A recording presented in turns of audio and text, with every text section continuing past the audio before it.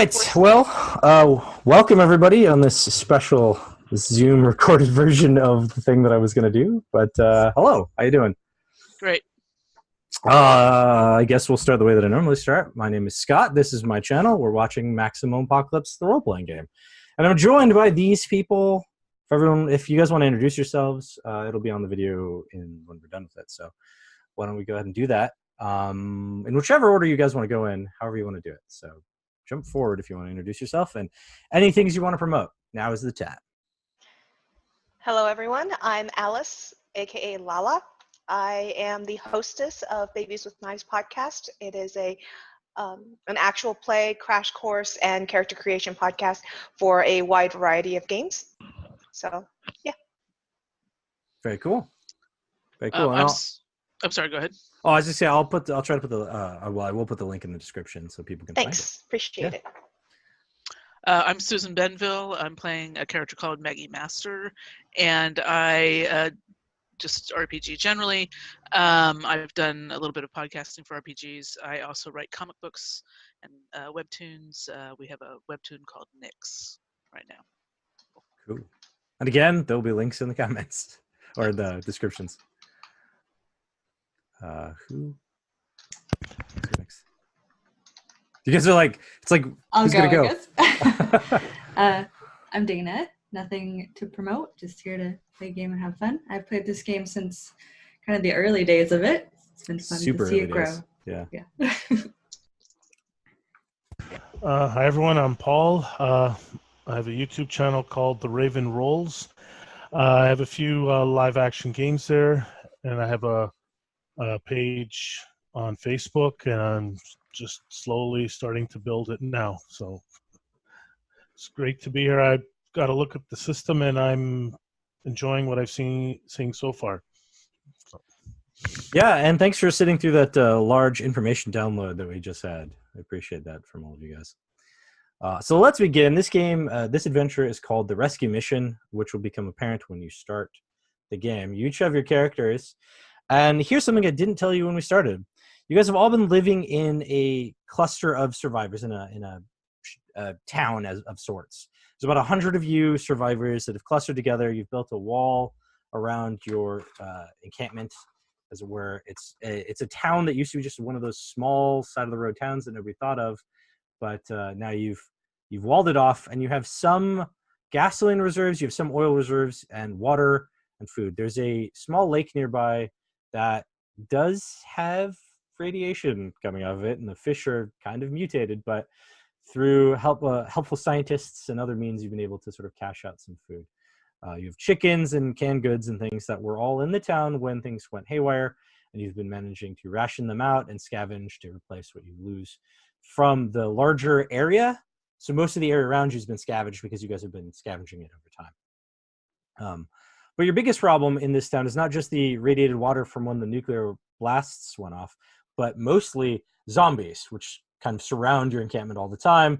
Walking Dead style, they're always pushing against your walls, and they're always trying to get in because you guys make noise and you have some electrical energy that you use so they can find you. But that just means that some of you who have combat training are usually often on wall watch when you're not sleeping. It's how you survive. You watch the wall, and you get some food when you get off your shift, and then you go to sleep, and you do it again the next day. It's not a great life, but it is your life. So that's what's happening. And anyone can contribute to that, because essentially anyone who can, stab a thing or shoot a gun is welcome to do the wall duties. And then the rest of the town obviously has other mechanical stuff that needs repair. So this town you're in has the clever name of Survivor Town, and you're part of it. May I request character descriptions? Yeah, this would be the time. I guess I'll start again. Okay. You guys would call me Doc. As for an image, I look a bit like Sherman Cottle from BSG. I'm a grizzled old man with white hair. I always have the stub of a cigar in the corner of my mouth. And I wear a banged up, ripped up lab coat that I'm constantly fiddling with something in my pockets, but I never pull it quite out usually. And there's like, little burn marks, little tatters all over this lab coat, but I just wear it with pride. Very cool. I'll go next. Yeah. So my character's Mickey. She's kind of just your average 30s looking woman. She's always wearing kind of camo jacket. She's got a pair of running shoes tied to her belt all the time that are always within hand's reach. Always kind of looks like she's ready to just go, like the minute someone says something to her. I mean, go off and hit people, or like? Oh no, like leave. Okay. Sure seems like she might be like leaving the camp any moment. She's here, but not really. Gotcha. Maggie is 23, 24-year-old, always wears her motorcycle gear and her motorcycle boots. She has curly hair, easy smile, is really super good-natured, always trying to help people out.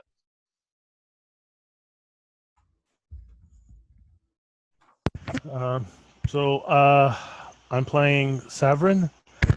He's a rather large individual, probably he's well over 6 feet tall, and he's built.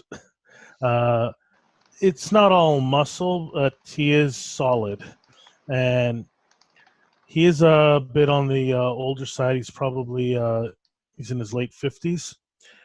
He's been around probably in this town since the beginning, and he's seen quite a lot of things which he doesn't talk about much. And if there's an opportunity to go out or to pull another guard duty, he is right there, ready to get his hands dirty. And he usually ends up wearing those like a yellow fireman's jacket, and he always has his oxygen tanks and oxygen mask, at least at the ready. He doesn't always have it like on if he's on just simple guard duty, but he's ready to put it on at a moment's notice if needed. Yeah, it's somewhere nearby that he can like run to it if he needs to. Right? Yeah, he's always seems prepared for something, even though it could be guard duty, but he's prepared for something more than just guard duty all the time. And he wears running shoes. Doesn't quite match the rest of the outfit, but instead of you think he would have boots on or something, but no, he has running shoes.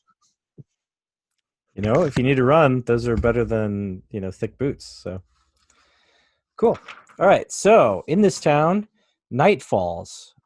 The colony does have electricity because it's got a windmill in the center of town right next to the fountain that used to be like the town square and town park.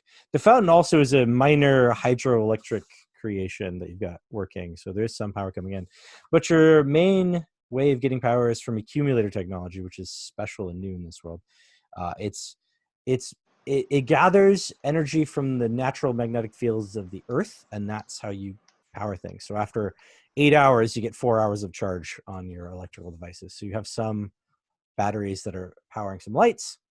But about an hour after sunset, just at the start of the first watch, a sound is heard northwest of the colony. A relatively large distance, like a long distance away from the outside walls. Everyone inside the wall and the colony hears the sound, as it's unusual for there to be. There's usually zombie moaning, but this sound is more like gunshots. It sounds like a person shouting and firing a gun. Grab my med kit and run that way. And my med kit being loosely, it's this big black tattered bag with all my stuff in it, including my chemicals and my sunglasses. Your pseudo pack, as it were. Yes. Yeah. Is there bag form? Is there like a catwalk at the top of the wall that we can kind of go up to and look out? Yes. Over. I would stay within the walls, but I would run up there and try and see what I can see outside the town. Okay. Are Mickey or Severin on guard duty, or are they off doing something else? What's going on? Be on guard duty, like on top of the wall as well. That's where it is, right? Yeah, on top of the wall. Yeah. That's where I am. Okay, yeah. So essentially, 3 of you are on the wall at this point, and then one of you is making his way to the wall. But so those of you that are on the wall, you can see northwest of the colony the occasional muzzle flash from a gun, which sort of lights up in the darkness. And what you see is you catch brief glimpses of a young male wearing a patchwork green, black, brown, and white clothing, which you kind of recognize from the old days as a military uniform. Nobody really wears them anymore, but you kind of get what they are. They look like the camouflage you kind of have now. But this is pretty good looking, like it's in decent condition. So there's brief flashes, and you see that there are a dozen zombies visible chasing this young man as he limps toward the compound, blood staining his right leg and his shirt. And how far off is he?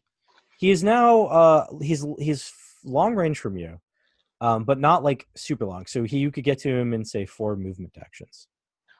What kind of defensive machinery do we have along the walls? Unfortunately, you don't have any guns or flamethrowers or anything on the walls. You just have you guys with whatever weaponry you're carrying. That's your guard. Do we have any lights, like a spotlight or? Yep, absolutely. Well, I would definitely man a spotlight and try and light him up. Okay. And I'd be hollering at him to, make a break for it. Sorry, go ahead. How many zombies are in between us? It's like a whole bunch. It's dark right now, so you can't see how many, but you did see in his muzzle flashes that there were 4 roughly around him.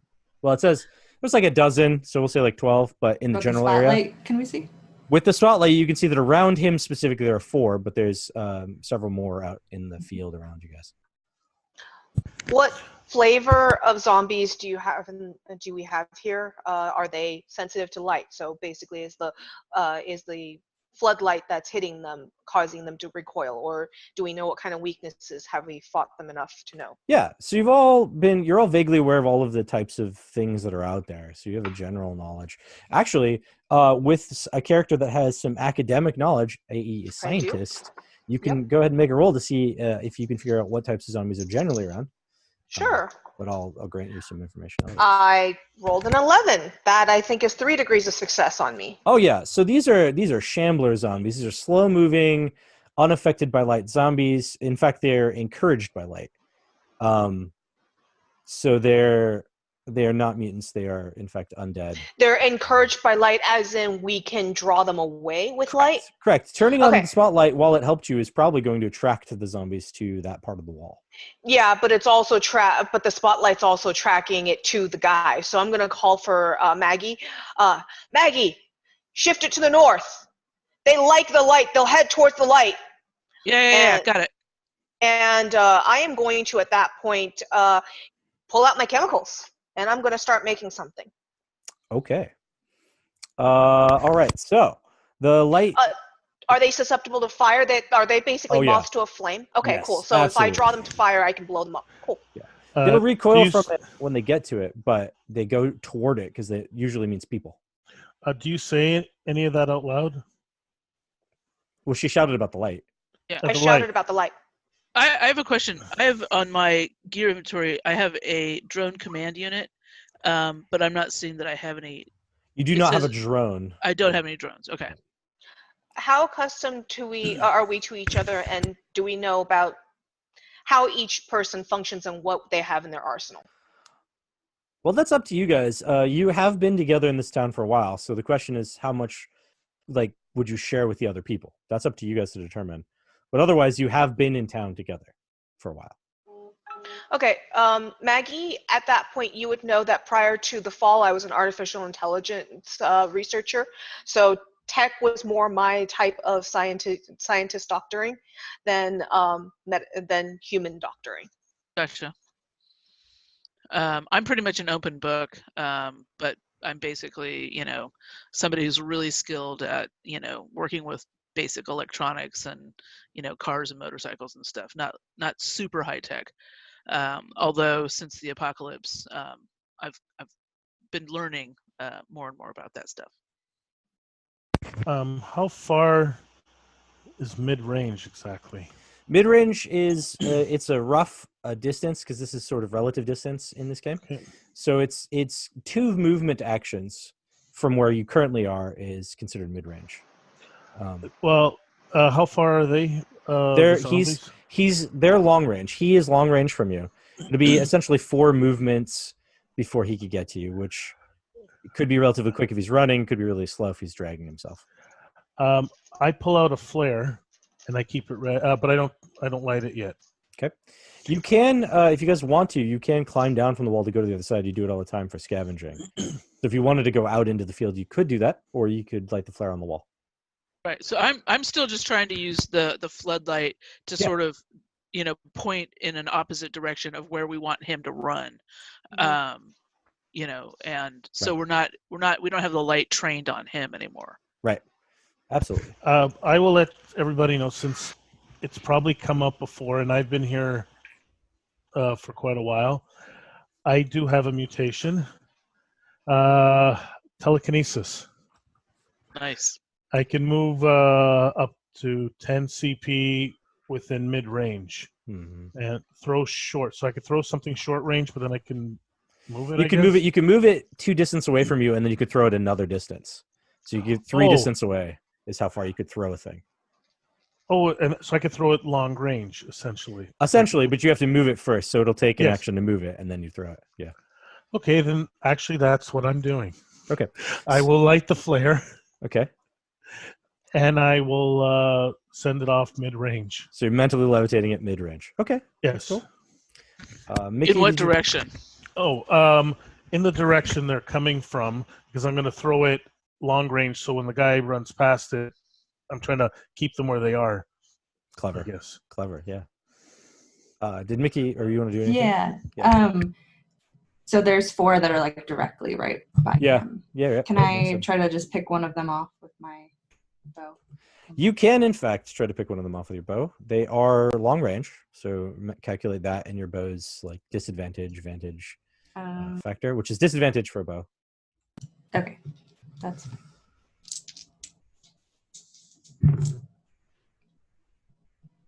Wow, even with disadvantage, that's a 27. Okay. Which is a great success. Great success. Okay, so that's 2 degrees of success for those that are following along at home. So now the zombie is going to try to dodge this attack because everyone gets to try to dodge or do some defensive action. She's not hidden, so they're not expecting it. So they're going to go ahead and try to dodge. However, the zombie's dodge is 20, so I have to roll. You had a great success, right, Mickey? Just clarify. Yep. So I have to roll a 5 in order for this zombie, because that would be 3 degrees of success for the zombie, to get out of the way of the arrow. See if that happens. The zombie, in fact, rolled a 0-0-1. So they critically succeeded. So your arrow went off into the night and missed. We haven't actually started combat, so I mean. Yeah, it's why I said I grabbed my chemicals because I'm about to make a bomb, but we weren't fighting yet. So you're not in combat. So whatever you guys want to do next, he's coming toward you. We could start initiative. Actually, that might be easiest. So let's start initiative, and so we'll go from there. You guys have all prepped yourself for a pretty good position to start a combat round. Sure. All right. So starting combat round, since we start as normal, there's no surprises happening. It goes to Mickey, whose arrow just missed. Well, I'm going to swear under my breath because that was a good shot. Sure, why not? Also, remember that you can take 2 actions, so you could do something like move, or you could take aim, or other things like that. Oh, now I remember. I remember that whole thing, or take aim, and then so I don't get disadvantage. Correct. Yeah. I'm gonna do that this time. Then. It's hard to see them in the dark, right? So we have to consider that factor. So you're gonna get disadvantage for long range and disadvantage for it being dark out there. But you're taking aim. So you're only going to have the 1 disadvantage. Aren't they under the flare? Aren't they under the... He hasn't got the flare there yet. Okay. This would be when it would get there, but she's going before the flare actually arrives. Did he throw the flare? He hasn't thrown it yet. He's just levitating it out. It's at mid-range now. And it's like going towards them. It's headed toward them, yeah. And I'm just going to hold my arrow until he gets that is fine. You can totally hold your action. That is your option. And you're gonna fire when he throws that that thing, and you can see them. Yeah, when I can see them. Got it. That's when that'll trigger. Okay, so next one to go would be Doc Ross. Okay, question. How do we do team attacks or assists in this game? Because I am definitely not going to be the best person to utilize what I just made. So there are two ways to go about like team assisting. If you're going to hand something to somebody, that's fine. You can hand it to them and then they can use it. Totally fine as your action. Like that would be your action. I'm going to hand this to them as one of your actions, right? Okay. But if you were going to try to assist them in, say, like shooting or like doing other things, then you would both roll, or you'd roll something that would help them. Like if you were going to perceive the targets and tell them where to shoot. But the key, and then your degrees of success. Sorry, then your degrees of success on whatever action you take will then add 5 per degree of success to their attempt. Okay, so the one thing I know to know, Mickey's a sharpshooter, so my intention is to attach the vial that I just made onto the arrow that she is launching. She is going to be launching, and I'm going to let her know when the flare gets there. Aim for the flare. It'll be a big load of fireworks. Okay. So you're going to attach it to her arrow. Go ahead and make a crafting roll to attach it to her arrow. Sure. Crafting is under that. Okay. So 65. I'm not bad at that. Yeah, you're pretty good. 27. So that is that's in my second degree. Yep. All right. So that is attached. You're able to attach it just fine. You only needed 1 to succeed here. And you, you're fine. So it's attached. You have it attached to her arrow, and you tell her what to do. Now, here's something to note. We didn't cover it because we didn't yet. But you have this ability called command, this skill called command, and you can use this in this combat. This is actually where you'd probably use it more often. Oh, cool. The command skill is where you give someone a command, which you just did, hit it on the wherever you said, like shoot that arrow. You roll command, and for each degree of success you get, it adds to their thing. It's much like teamwork, except you can do it for any skill that you wouldn't normally do. Like, I'm going to tell you what to do. 47 of 55, so 1 degree. So 1 degree. So she gets a +5 to her archery. Nice. So I don't know where it's at, but that's pretty high. So that's what she's going to get. Well, I like command. Yeah. That would make it 100. Okay. Awesome. So, Yeah, see, my agility is 30, so I'm like, I can make something cool. I'm not going to be able to use it. right. Go right. find the sharpshooter. Yes, exactly. Okay, cool. So yeah, that's totally what you did with your actions. All right. So now it's Maggie's turn. Severin, what is your weapon?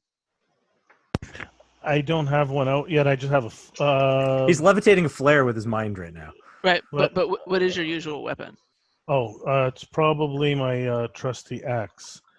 Okay, Let's see. it's Hold just on. good. Is that an M? Yeah, it's probably an axe. Maybe a baseball bat. I have that too, and Okay, yeah, me too. combat knife, hatchet, you name So it. your hatchets and axes are probably your core because you have the trusty axe thing. So Right. you're going to use those axes more than baseball bats. But Right. yeah. Baseball bat. It's only because it has versatile. That's right, nice. you can two-hand it and do it. Get Yeah. advantage. But yeah, Uh, I have an axe. Okay, so I'm gonna spend my action working on my crossbow and upgrading it so that it actually it packs a lot more punch with Okay. each shot. So go ahead and roll the crossbow's a firearms type weapon. So go ahead and roll mechanics. Okay. Okay, so that is a 27. Okay. That's isn't that a great success for your character? Yeah, sorry. Okay. Mhm. All right, so cool. So for the next Sorry. 2 rounds, you will have an increased +1 DC for your crossbow. So your crossbow will be doing 2d4 instead of 1d4. I think it's actually at. Oh yeah. Okay, gotcha. Got it. Yep. For the next 2 rounds. So that's 2 full combat rounds, not actions. Okay. Yeah. Cool. And I'm gonna maintain my Cool. position, kind of tracking, trying to again distract them. Got it. Standing next to the floodlight. All right, Severin, it is your action. It's your turn. What do you want to do? All right. So, can I how far away is the flare now? Or I'm just starting to It's move at it? mid-range now. Yeah.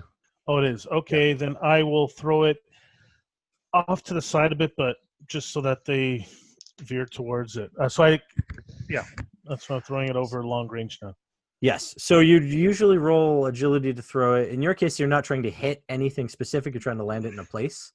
So it really doesn't matter. If it succeeds or fails, it's going to land wherever, just generally where you wanted it to anyway.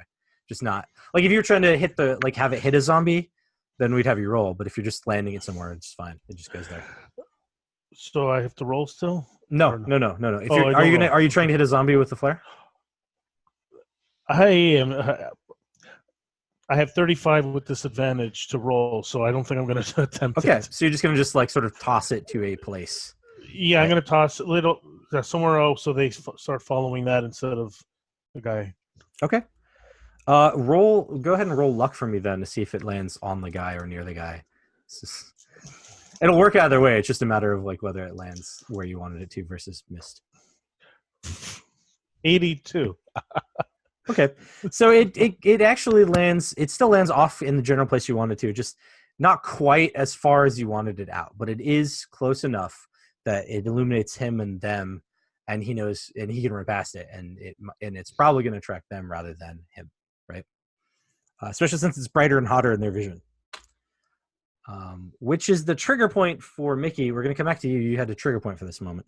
Yes. So I've done the take aim and then You've been taking aim for a moment here. aim for the flare and hope that whatever Doc Ross put on it won't hit the person too. Well, let's see. You get because you're not at disadvantage for the dark now. You only have the disadvantage for long range, so it's a regular shot, just your normal skill roll. Okay. Which is plus another 5 because Right. So 100. So, Yep. Okay. So that is just a normal success. A normal success. Okay, so let's see if the zombie gets out of the way. He does not get out of the way. Okay. He fails. Whatever damage she does, add 2d6 plus 3 to that. Wow. Yeah, that's a good point. And I don't know, it does say it's explosive. I don't know if it's an AoE. So if you are deeming it an AoE. It is. So because it can be stink bomb as well, but I'm doing it as the 2d6 plus 3 on top of her damage. Right. Lit so by the when it goes off, so it's going to hit for. So first off, Mickey, just go ahead and roll all that damage, whatever it is. I think it's 2d6 plus 3. And I'll let you roll my 2d6 plus 3 as well. Yeah. No, it's 2d4 because I don't have the compound bow anymore. Right. So roll 2d4 but add my plus 2d6 plus 3. Yeah. That's 2d6. So you're going to roll 4 dice. This is the time when I said you're only going to ever need 2, and then I lied. I had to pull out another d6. Yeah. Aw. Like I told her, it's going to be quite the heck of a fireworks going off. Let's see what explodes. So first tell me what the 2d4 was. 8. Okay. So that kills a zombie. So the explosive damage is just overkill for that zombie. Now what is the 2d6 plus 3? The 2d6 is a total of 6, so plus 3, so 9 from that. 9, you said. Mm-hmm. No, you're not going to have to worry about it, Severin. Sorry. It's going to be fine. No problem. It's probably not going to last long enough to matter. Or, I mean, the combat's not going to last long enough for it to matter. You said 9. Okay, so 9 hits all of the zombies within short range, which is going to be 4 plus... Oh, jeez. 11 zombies get hit for 9 damage. Okay, so 11 zombies die because 9 damage is more than their normal life. So... the arrow goes flying through the air, hits that zombie. He starts to fall backward just as there's an explosion. All of the zombies just fall down in fire. And this particular guy that you guys were trying to save does get hit with some of the fire, but not enough for him to matter. He just kind of rolls and then drags himself a bit, picks himself up, and starts limping towards you. Okay. There are not a lot of zombies around anymore. They're all been exploded. And there's little fires burning all around in the field from that explosion. So what do you guys do? Is there a gate in the wall? Or, there is. Yep, absolutely. I'm going to wait for the gate to open up, and I'm going to haul butt to try and go and intercept him and help him. And I'll Okay. kill the flood. Got it. Yeah, you guys managed to kill the zombies. So we're not in combat anymore. Nicely done. One action phase. We didn't even get to the end of it. Jeez. The zombies didn't even get to act. I had to use something I only have 4 shots of, but that looked like they're grouping. Fireball time. Nice. Okay, so you guys, the door opens and you guys are able to break out toward him. The flares burning off in the distance. He comes sort of tumbling in, or he's sort of tumbling in. You guys can, Doc Ross can get to him. Oh, on my way out, though, I will call up to Mickey. Nice shot, Mickey. Can I go out too and see if I can grab those arrows that I shot? If you want to go all the way out there, that's fine with me. You might. Is Is he you like could also already wait. halfway back by now? Mickey, or- I keep telling you I'll make you some. Okay, They're probably well, never mind they're then. probably burning by now. Oh, you're right. They're probably I mean, Yeah. they were the source of an explosion. So that- yeah, never mind. I would have jumped down to greet them. We don't know this. He's not one of our guys, is he? No. No. So we don't know him. So I'm going to be down there first before the doc gets to them.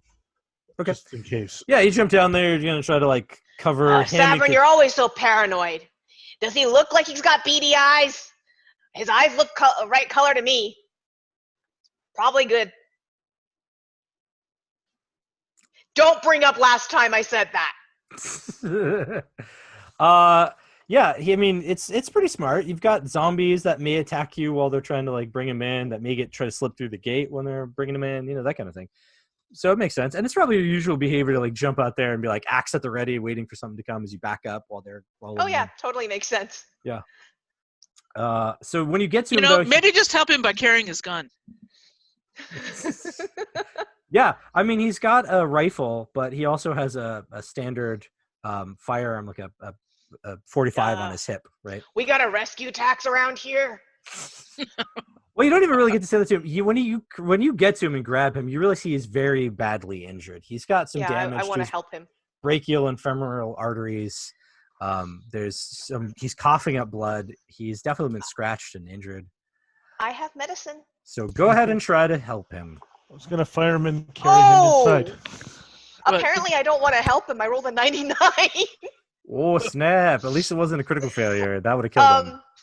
I do have 6 Lux points, so let me try that again. Spend gonna one of my reroll? luck. Yeah, there Yep, you for go. the reroll. That's better. That's a 59. Okay. All right. That's not death level. Nope, but it's only my first degree. Yeah. So you are able to give him back because we're not in combat anymore. Where's my cheat sheet? It's actually on the character sheets, I believe.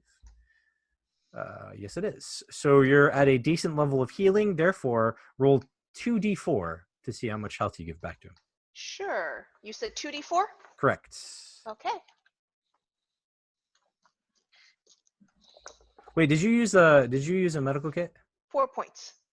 Let me check on. I have medical kit.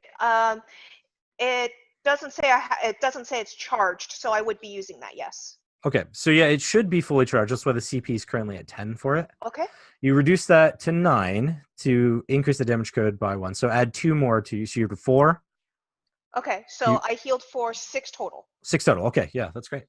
So you healed 6. That's enough to stabilize him. He is still clearly dying from something on the inside. That's going to be more intensive medical procedures. But for right now, he is not bleeding out of his like clear cuts, and you can drag him in without a trail of blood behind. Well, hey Doc, these shamblers, are they how do they spread again?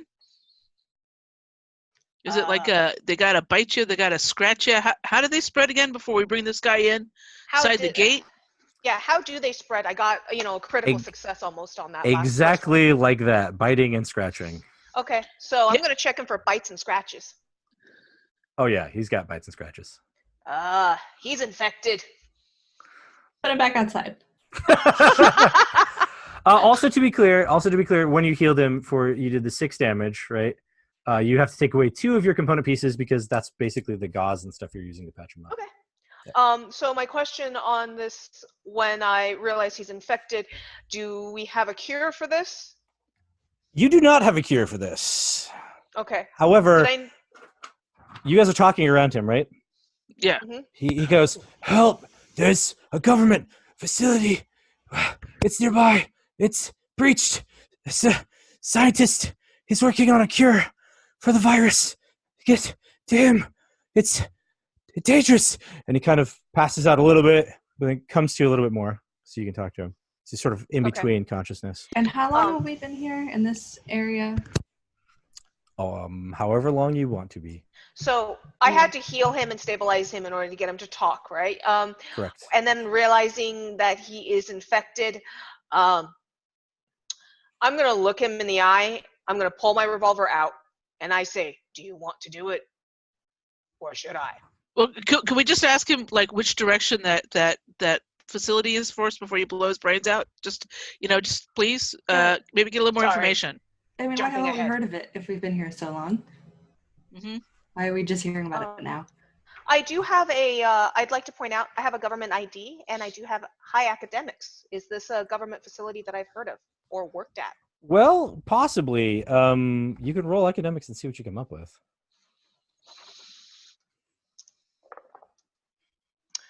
62. So that's 1 degree of success.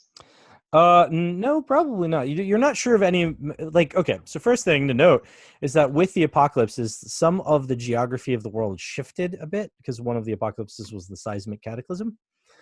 So things shifted. So it is possible that this was a government facility that has always been around and just moved a little bit. But there's also a lot of secret government facilities that existed before the apocalypse that no one knew about. Like FEMA research facilities, or not FEMA, DARPA research facilities. Yeah, FEMA research facilities. No. That's kind of DARPA research facility is kind of what I thought that was. Yeah, my history was, so right. Why I went with the AI. Yeah, and that's Maggie. Good point. Possible. You do know that this person, while they are wearing a military uniform, none of the insignia matches any government. It's just like unit insignia. So there's some group that he's from, and he's got insignia for that, but it's not a government entity, right? It doesn't say like U.S. Army or anything like that. It's probably one of those militia guys. They used to like set up camps here all the time.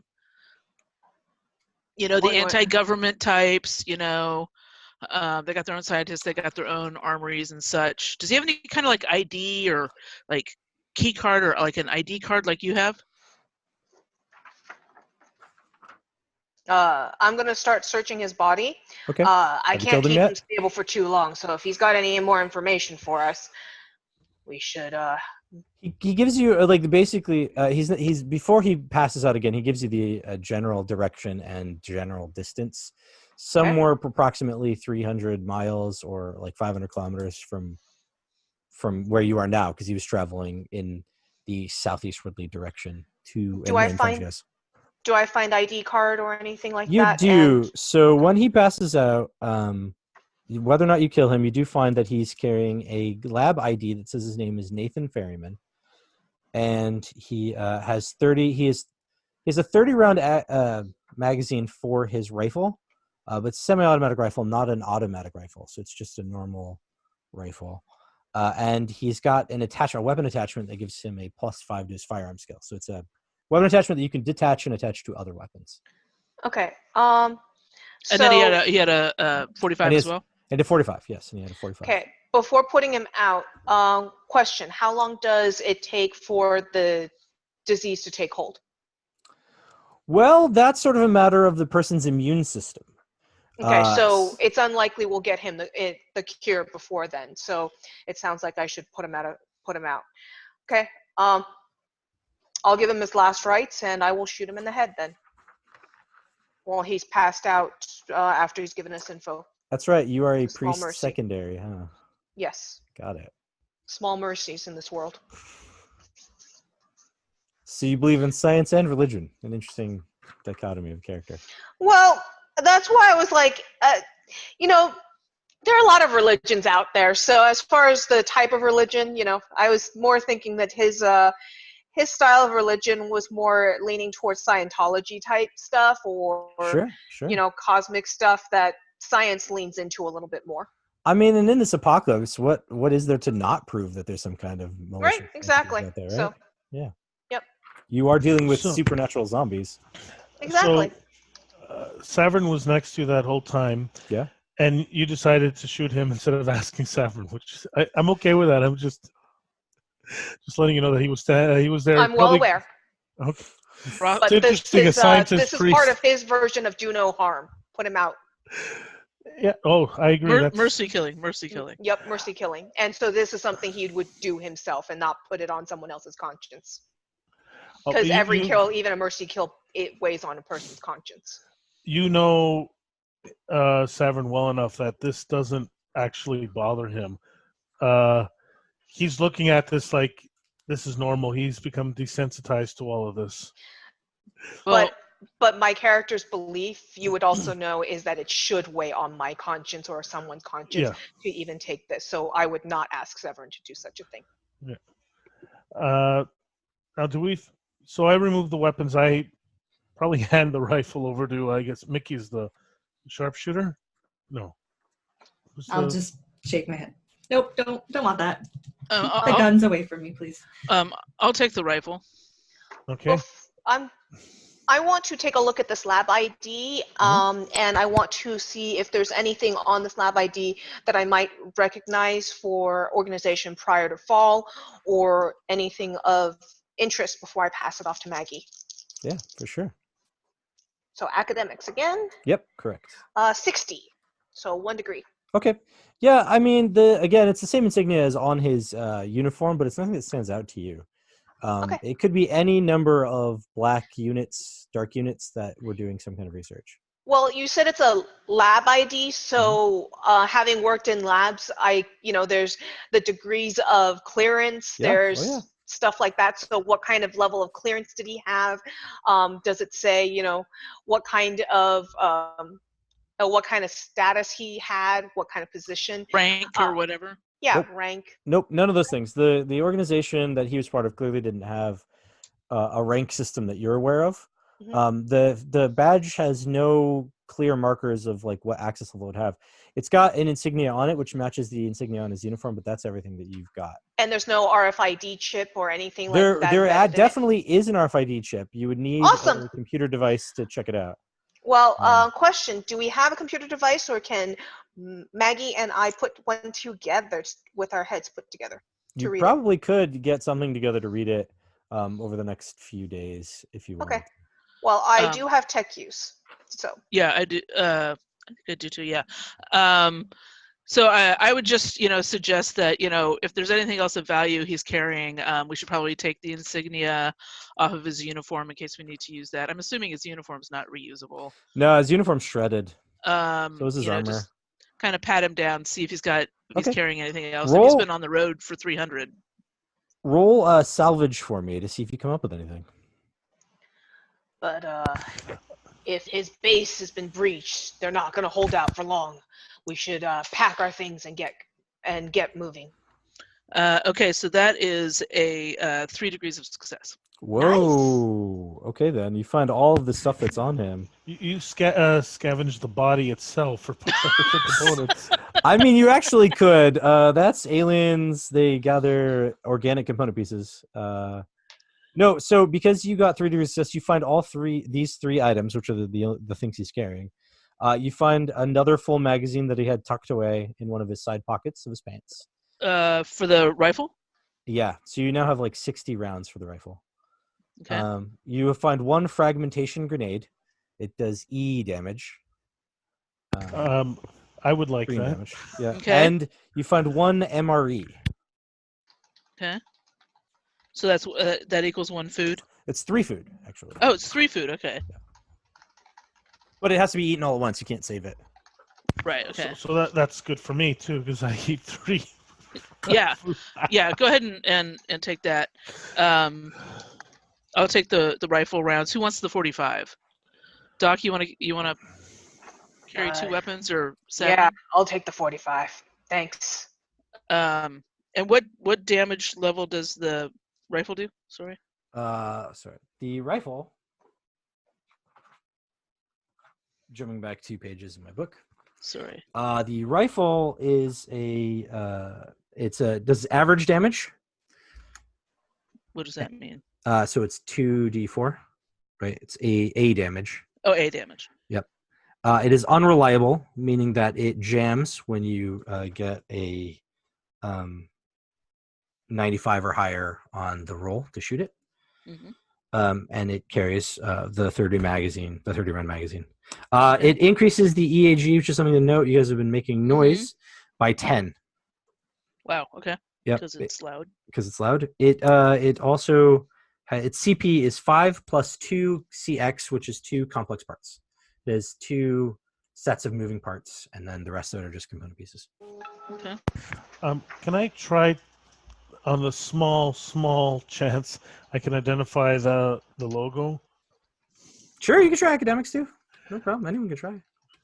Yeah, I figure I have 20 with disadvantage. It's possible. You might roll a 1. Okay, 82. So no. Nah. Okay. So you guys get back inside the gate to safety. What do you do? What do you tell to the others that are now coming toward the gate to figure out what's going on? Looks like we need to get a party together to head out to a facility. They've got cures in the works, but they're breached. Who knows what other supplies and resources they can offer. But they don't have much time. Really far. That's like really, really far. Do we have any vehicles? Yeah. Yes, you do. And do you ask that question out loud?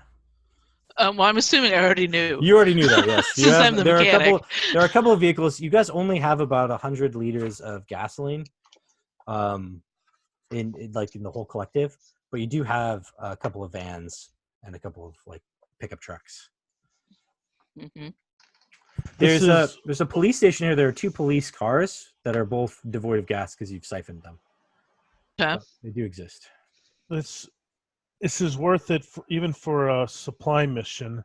Would be worth it even if the cure doesn't pan out.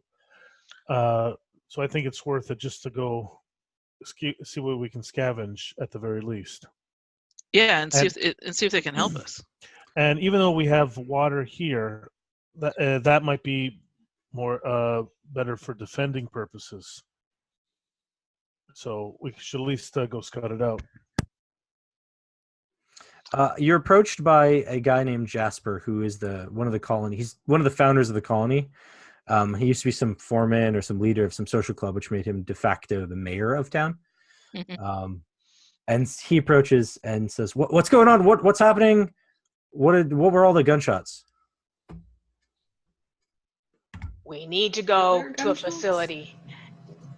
Yeah. Yeah, the guy was shooting at the zombies. Oh, the guy was shooting. Yeah. Okay.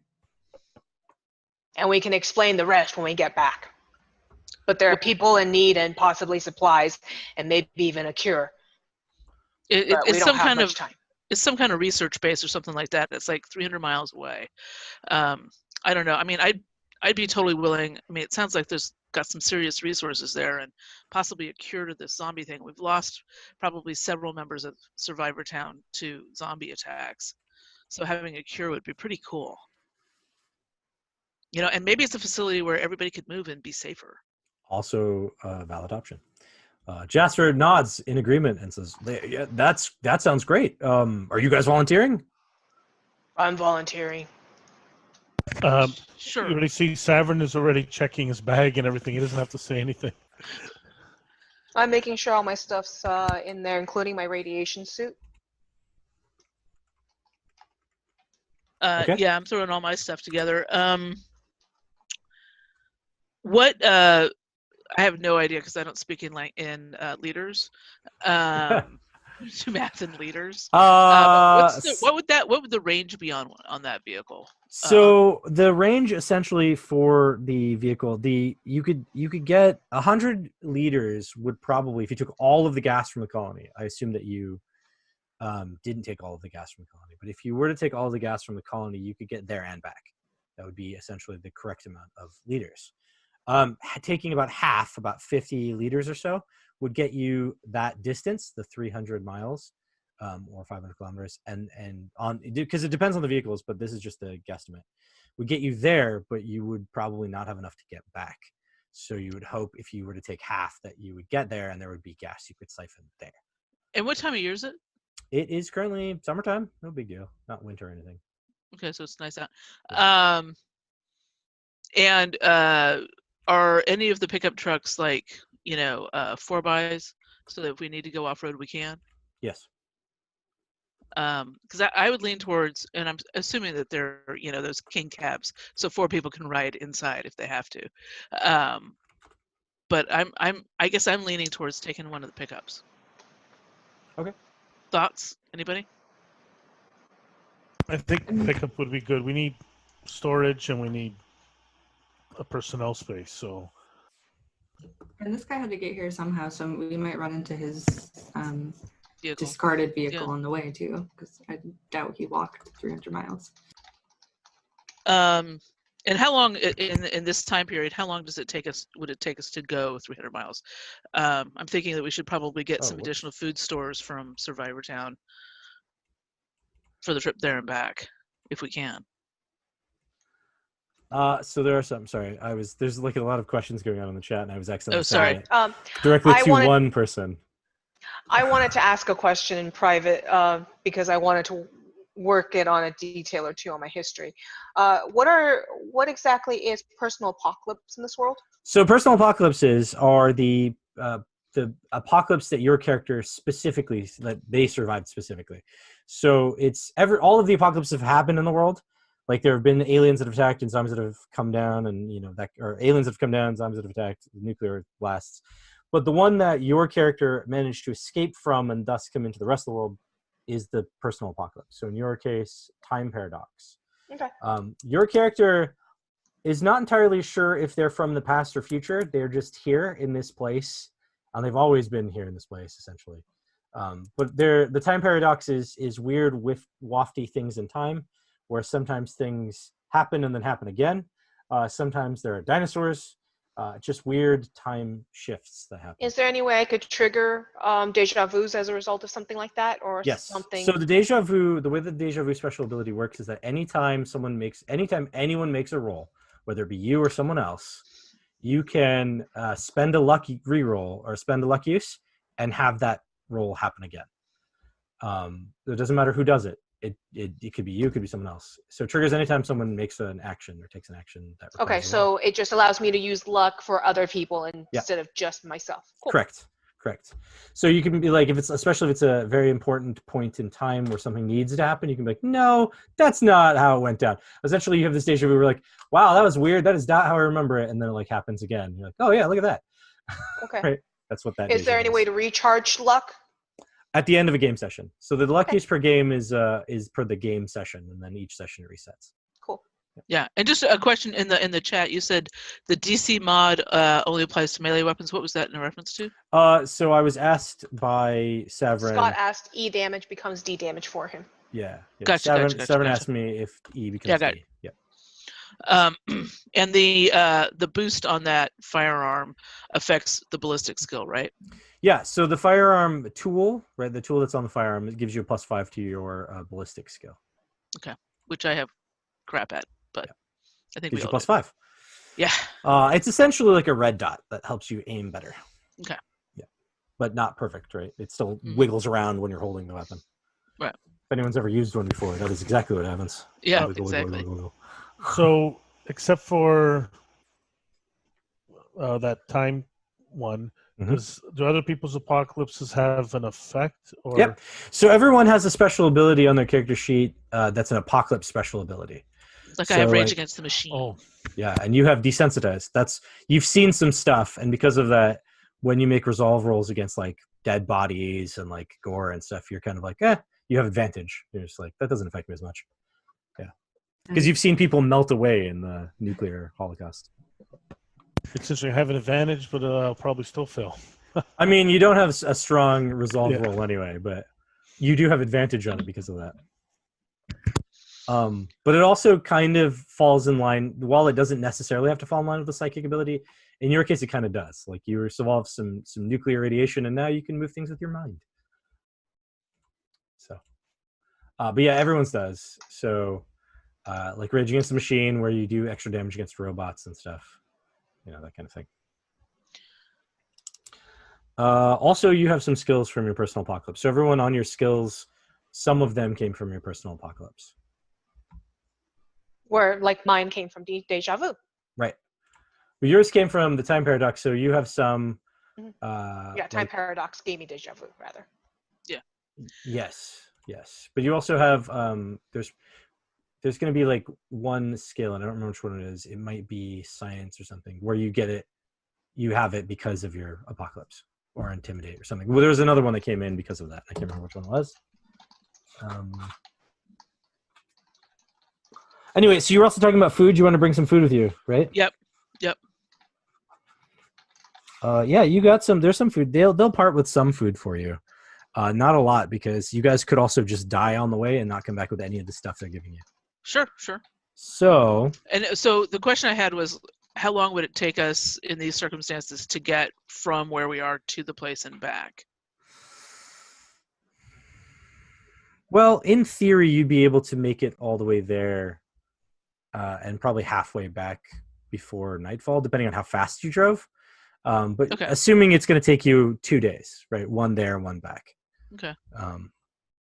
And one food unit, is that a day's worth of food? Yes. Well, it depends on your person. If you Right. 3, then you need 3 for one day, or if you take 2, you need 2 for one day. Right. One food unit is one food unit. It depends on your character. Right.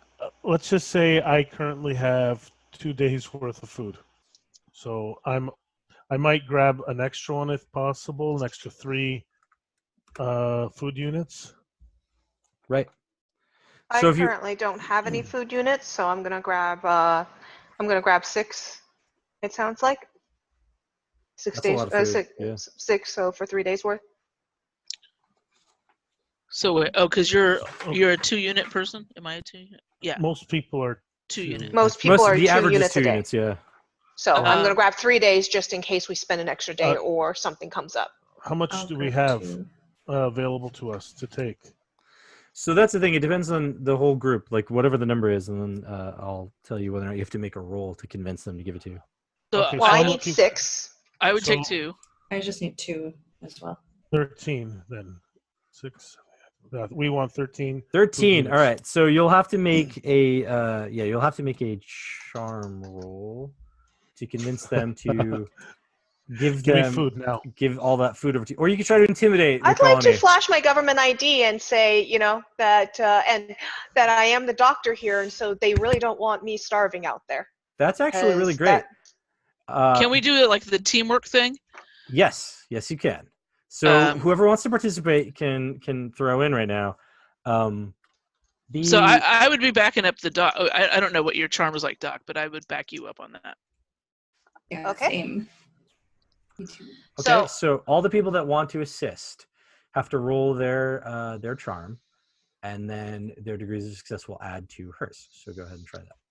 I have a 23 so far, which is 2 degrees of success for me. Yeah, Oh, I got wow. nada. I got You also nada had over here. advantage. Did you note that? You had advantage for using the I lab ID? did count Or the advantage. Government ID? Good. Perfect. I counted the advantage, which meant that I got to take my lower of the 2 dice because the higher would have been 80 something. Well, so we don't even really need to have the others roll, but this was an example, though. What'd you guys Well, roll? that's good. I rolled a 88. No success. Okay, No so they didn't success. even help you. They tried, but success. they weren't helping you. I'm Let's the put doctor. it this way. You don't want me to start. I wasn't rolling, but I rolled for fun.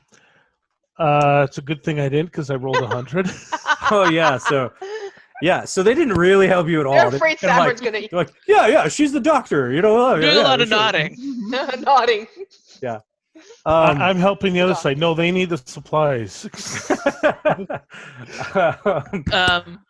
And I don't know if the med kit depletes, but I think we should, sort Yes, of. it does. It does, The medical it does. kit does deplete. I have 2 charges down of my 10. Can we maybe see if we can ask them for? You should only to have top one that off? down. You should only have one. You You've told only me used it to once. spend 2. No. charges. So you used 1 charge to increase your treatment. That's what it does. Okay, The well, let two- me clear that. The Because 2 came from your component pieces that are a different inventory item. You Yeah. have current CP, so that's how many you used. 2 of those CP Okay. because that was the stuff that didn't come from the treatment kit. So It's a little fuzzy, but the medical kit's job is to make it easier for you to do better at medical stuff. Okay, cool. Well, So- so I'm 1 charge down. So, not that it matters for me, but so if I needed to spend 2 component pieces, I have to scavenge something out of my inventory? So you can Unless I either had- you could either try to break something from your inventory to get the component pieces from it, or you can just try to scavenge them from around. So when you go to Okay. scavenge, this is a trick. When you go to scavenge, there's an option I haven't thrown in yet because we haven't got to this point, which we will hear now. But when you scavenge, you can choose to go for items or component pieces. So your degrees of success correlate to the amount of components you sort of gathered when you were wandering around, right? So that's how scavenging works. So you can either find component pieces, which you just hold in your inventory for when you need them, or you can find items, which are useful because they do things like they're bullets or whatever, but you can also tear them apart and use them for stuff later. I would like to acquire some extra raw chemicals before we go. And my other question on the CP is where it says current CP 10. Is that what we all start with? Nope, that's what I everyone started had with. different CB. You started with 10 That's because what I started with. you're a mechanic. All right. Yeah. And repairs are costs like what? It depends. The compare a 2 repair. to 4, 6, something like that. So repair is 1 CP per thing you've Level. done, like upgrade or whatever. So like you're like patching it together, you do 1 to 1. It's a 1-to-1 ratio, right? But on the case of like armor is a 3-to-1 ratio. For every 3 CP you put in, you increase the armor by 1. Okay. Right. So yeah, it depends on what you're doing. So I'm going to start loading my all my Okay. toolkit. And whatever. I'll go ahead and let you have, because you did so well on that roll before, you get we get 4 CP worth of raw chemicals. So you get basically replace the one that you've used, the 4 CP you used. Dr. Ross, if that makes sense. I don't know if she's listening. I guess not. I'm sorry, that was to me? Yeah, that's you. You wanted extra chemicals. They Yes. give you back 4 CP worth of chemicals. So you Awesome, basically that's reset. good. I'm back to normal. Thank you. Okay, so Well, I'd like to try to scrounge up some arrows to replace the ones that I. okay. I think Maggie said she could make some for you. Yeah, Correct. sure. I have 4 CP that I can give you. That's 2 arrows. So that's 2 arrows. Do I need to roll for it or? Yeah, you do. Is You it need to just roll 2 arrows? crafting. You roll crafting, and then there's not really a time allotment. So just go ahead and roll crafting. We'll see what happens. Hey, Maggie, when you make those, can you make them with hollow chambers? Sure. Thanks. Why not? So that's 1 degree of success. Okay, so that means that because we're not in combat, you can do 2d4 plus 1 for your thing. So go ahead and roll that, and then the number of CP is that you can use at one time is however you do it. So go ahead and roll that real fast. I'm sorry, so that's 6. And then I didn't add, you said 2d4 plus 1? Yeah, so 2d4 plus 1 is what you're going to roll right now. 7. So it's a total of 7. Okay, total 7 with the plus 1. Yep. Yes. Cool, that's enough to make the take all 4 of her CP and make 2 arrows. You needed to Okay. get over 4, and you got over 4. So you did. Okay, great. So in that one like crafting thing, you're just like, and you made 2 arrows. You gave them to her. It took about an hour. Thank That's you. what it takes. In the next meal that we will be sharing, I am going to give everyone a +3 to their initiative rolls, which will take 5 of my charges. And how long does that last? 12 hours. I'm making everyone drink coffee, or Coffee, eat got it. coffee I was like, grounds what is she added to doing? their food. Coffee. I'm you're adding spiking coffee. everyone's food with coffee. There you go. So Okay. everyone has a +3 to their initiative, which means that a lot of people just got another initiative cycle. Round. Now, Actually, now, yeah. what? Sorry. So what I was gonna tell you, right? You wouldn't do it right now. I'm just gonna. I'm saying next meal, the Next next meal, yeah. time we eat. Yep. When you Okay. when you guys are taking off on your trip, that's when you'll do it because you don't want to do it right now. You'll all go to sleep and then it'll Yep. wear off. Yeah. Right. Yeah, because Um, we want to wait until daytime to. Yeah. Breakfast. At breakfast, Yes, you'll do it. during Yep. breakfast. Like I said, Coffee next at meal. breakfast. Yeah. Yep, coffee with breakfast, and so everyone will have +3 for 12 hours. What does it cost? Will you save resources if you don't give it to coffee to me? Yeah. Yeah, it would save me sort of. resources because Yeah. I have 10 charges total, so I'd be giving you one of my, one of the charges. Okay. It's probably best if I don't take it. I'll say I don't like coffee because Okay. if I take one of my amphetamines, It doesn't It's stack. actually better, yeah, and it doesn't stack. Sure, no problem. So 'Cause I'll yeah, have 4 then I only attacks, spent or- 4 charges. That's easier for me. Or There 3 you go. charges, actually. 3 charges. 3 charges. I I've don't got- drink coffee. Yeah, the game Awesome. master doesn't need coffee right now. Yeah, sorry, I looked at.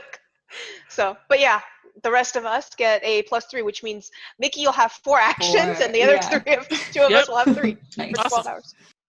Actually, if I was nice, I have a lot of You amphetamines. can share out your amphetamines with everybody, yeah. Yeah, If- mine if is ne- 12 when necessary. hours, so I don't need to worry about it, just before. So Yeah, you guys are playing the game of the gear, which is great. All right, so because of time, we're going to skip this whole idea that there's a pleasure dome. There's like this area where you guys can play poker and maybe have companionship. We'll go ahead and skip that. But the basic rules for that, for those that might be interested in the future, is that you would either roll palming to cheat, or you would roll luck to see if you got a good hand, and you'd essentially pay in one, like in this case, whatever the game master decided the amount was. In this case, 1 CX, and then if you win the hand, you get a bunch, and so you could gather up component pieces by gambling with other people on that. Man, I could have got us so many component pieces. Yeah. that would have been Palming. cool. Yeah. Because yeah, and actually, if you wanted to just like as a roll show off how well your agility works in this case, just go ahead and roll Well, palming. if you want to do that pleasure dome, then I can take a quick. Yeah, actually, why don't we do that real fast? And anyone who wants to take a step away from the computer can take a step away. Great, I'll do that. Yeah, all right, then we'll do that. Never mind. All right, so this is what it is. I want to step away too, but I'll roll this first. Okay, you're gonna buy the buy-in is 1 CX. Do you have that? You don't. Oh no, I don't have anything. You know what you do? You could actually steal one of the ammo from the gun that they found, and that would be your CX buy-in. Okay. Yeah, So go ahead and roll. that's palming. Yeah, palming. Okay, looking at 2 character sheets because that would be a great success. All right, so you come out of that hand, you palm some cards, and you come up with a decent hand. Not enough to get seen or like make it look like you're cheating, so you end up with 2 CX. So you Can get I- back the ammo you stole, and then you have 4 CP if you want to convert it that way. So 4 CP. Yeah, or 1 CX. That's the same amount. And can I do it again? Yes, you can. Only now, now the buy-in is 2, so you can put both of those back in Okay, I'll and do then that. try again. Yep. That is just a normal success. this All right, time. so you only get 2 back, so you break even. You And want to do it a again. third time? Yeah. The buy-in is 3, but you don't have it, so you. So I can't. Yeah. So you I'm can't. just kind of just Unless you want to try to steal someone else's deftly, go ahead and roll palming real fast for me. okay. I mean, not if it's gonna like get me killed. We'll see what happens.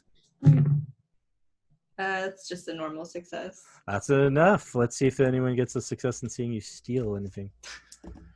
They did not. They failed horribly. That was an 87. That's enough to be a failure. So you managed to steal the one you need to go ahead and do your third hand. So go ahead and throw in your buy-in and then roll again.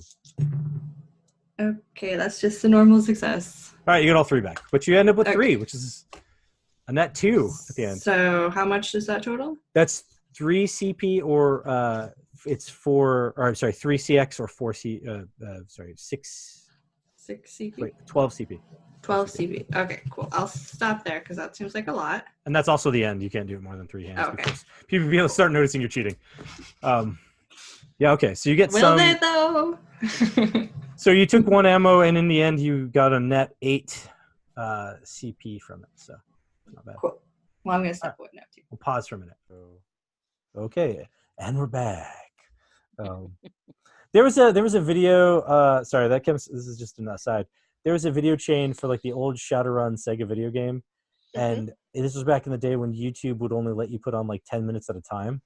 And so if you imagine he played like 30 hours of this game in 10-minute segments, and every time he came back, he would go, "And we're back," and like that's what he did every time.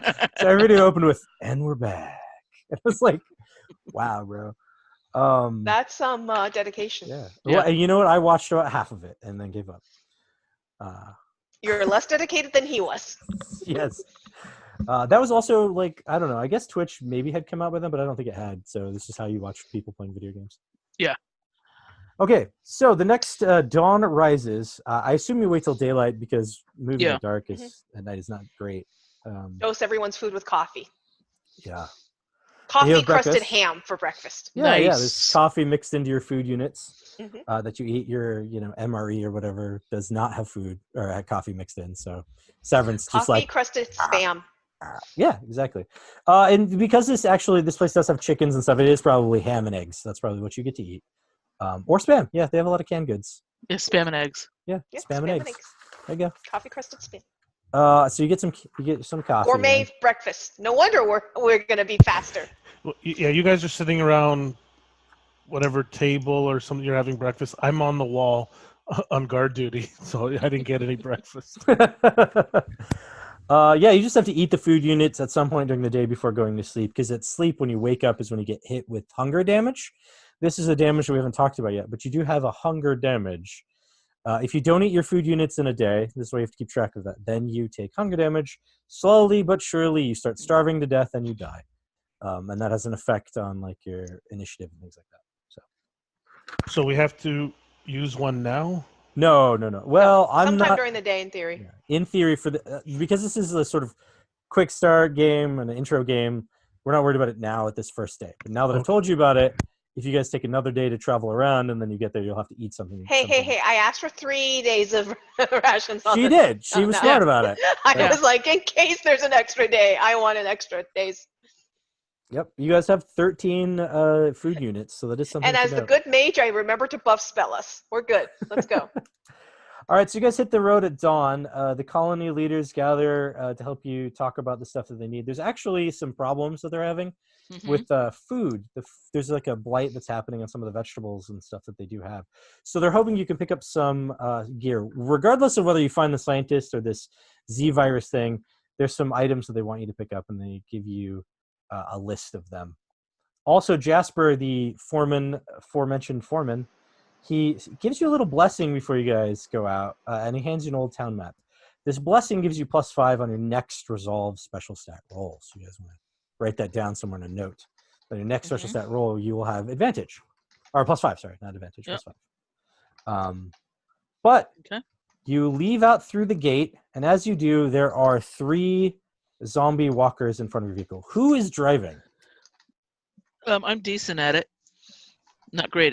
If nobody else is good at it, I'll drive. I'll navigate. Okay, well, I'm good at hitting things nearby. So. Okay.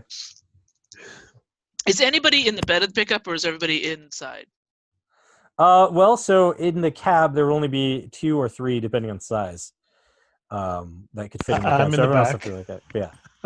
That saves you some space there. It's a classic old school pickup, not a king cab with the jump seats like we had. No. Old school pickup. I'm willing to sit in the truck bed. Okay. That means that Maggie and Mickey can be in the vehicle inside the cab. Yeah. So Mickey being in the back is probably a good idea, because that gives her, that can allow her to act as a turret, basically, if something comes up on us. Yeah, that's true. In the cab, it's not so much a turret. I'll pick her up and point. I can still give map assistance from the back, right? You would be able to shout through the back window, the back of the cab. A little slider window. Yeah. The slider window, put your head in. You can be in the front and the back at the same time. So I guess at that point, I can be in the cab. Yeah, there you go. Okay. Sure. It allows Mickey to use her bow in the back. Exactly. We keep the fixers inside, safe. Yeah. And the damage dealers outside. Yeah. So you guys go rolling out. The person who's driving, this is the thing, you guys can attack the zombies if you so choose. Or you can have the person who's driving just go ahead and slam it and just pedal the metal and ram through them. That was kind of my idea. Unless anybody's opposed to that. Well, do you want to try to brake? You can just drive by and I'll chop them. Would that be more fun for you? They might. Well, you don't want to damage. We could do kind of a coordinated thing where I do a driving roll to see how skillfully I get him in there and not that's slam what you're gonna him. do. Go ahead. The 180. Yeah. Okay. So I'm gonna drive as close as I can, get you in exactly the perfect position so you can just whack them. Okay. Go ahead and make the drive roll. Okay. So that is grip my seatbelt. That is just a regular success. That's enough to succeed in your attempt to do like a cool swerve fishtail thing. Saverin, you get a chance to go ahead and swing. You will get an attack. Do one attack for let's roll. See how many zombies you can hit in that one attack. You can hit all 3 of them in one swinging attack. If you succeed, they get to dodge, obviously, but we'll see. You just roll your attack, and I'll roll the dodges. All right, here we go.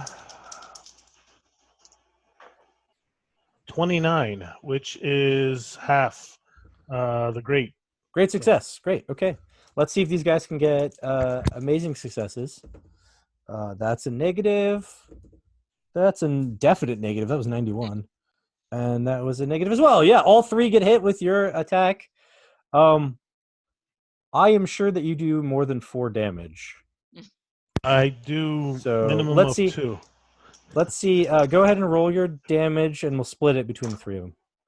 I rolled a 1 and a 6. So, yep, 7 Okay, points. So 7 points. All right, so 7 points. All right, you kill 2 of them outright, and one of them manages to... Well, no, you kill 1 outright, and then the other 2 take severe damage, and they just go crumbling down as you took out like some arm or neck or something. They're still alive, but... If I just noticed, I was using the hatchet because I didn't want it. I wanted to hold on just in case. That's fine. Yeah, no, what does cool. unbalanced mean on the? The unbalanced means that if you try to throw it, it doesn't go as far. You roll with disadvantage. So I'm not. If I'm throwing that, we're in trouble. Yeah. The 2-handed on that one just is the requirement. But the upside to the axe, the fire axe, is that it reaches short range, so it has a reach. You don't have to be touching them to attack them. You can hit them at a slight distance. Okay, so yeah, all right, I got it. Yeah.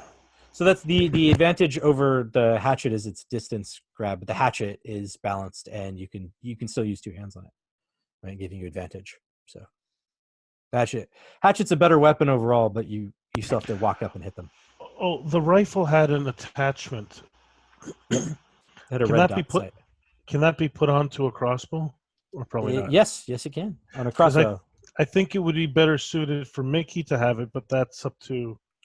Mickey has a bow, a full bow. A full. Oh, would it work on a bow or no?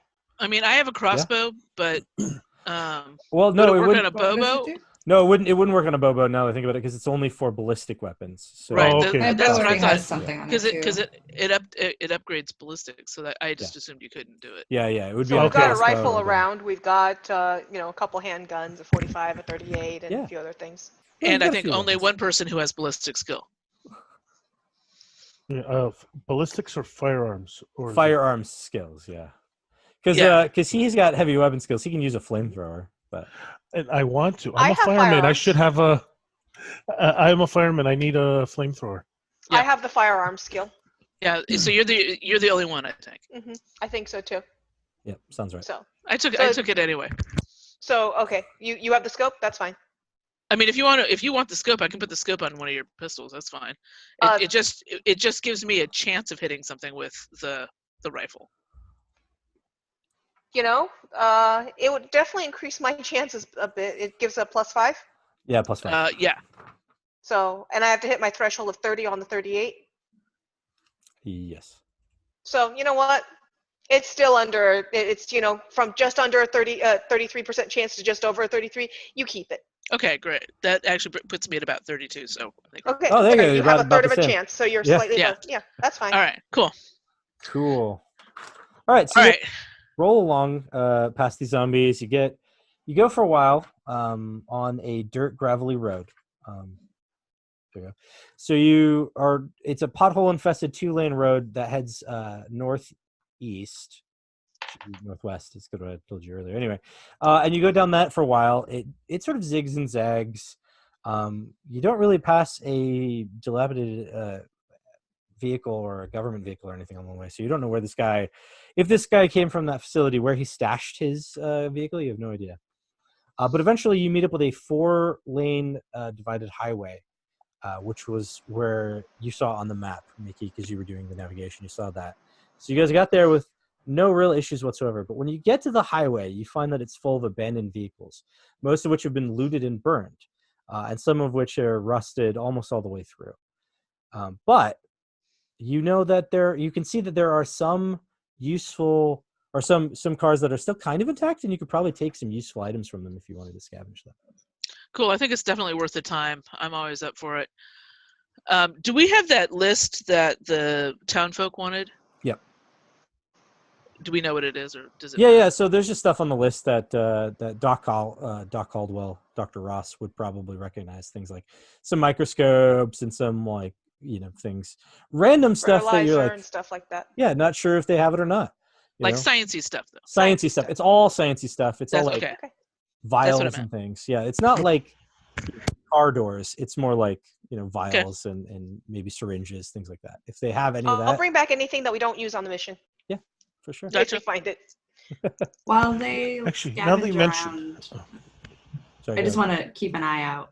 Okay. While everyone scavenges. Kind of doing like an Overwatch thing from the truck, I assume. Yeah.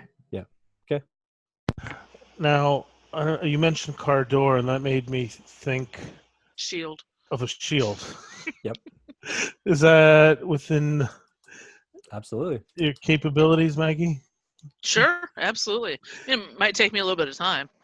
I don't know if we find anything extra, happy to do it. Yeah. Uh, Yeah, that is one thing to note, Maggie. that like your armor that you have consists of like pieces of armor, not exactly what it says. Like it's things that have been patched together, probably with duct tape and string. These particular character sheets don't say that, but in like the quick start character sheets, it says, instead of saying like bulletproof vest, it says like iron plate with duct tape straps, like that kind of thing. Right, yeah. Maggie, can you rig me up a scope or binoculars, or a one lens, basically a binoculars, 1 or 2 lens binoculars, For shooting better with, or for seeing in long distance? seeing long distance. I If have binoculars too. Just to be. Okay. I mean, if we find the stuff to make it with, Cool. I don't have any lenses and things on me right now, but I'd be happy to work on that. Sure.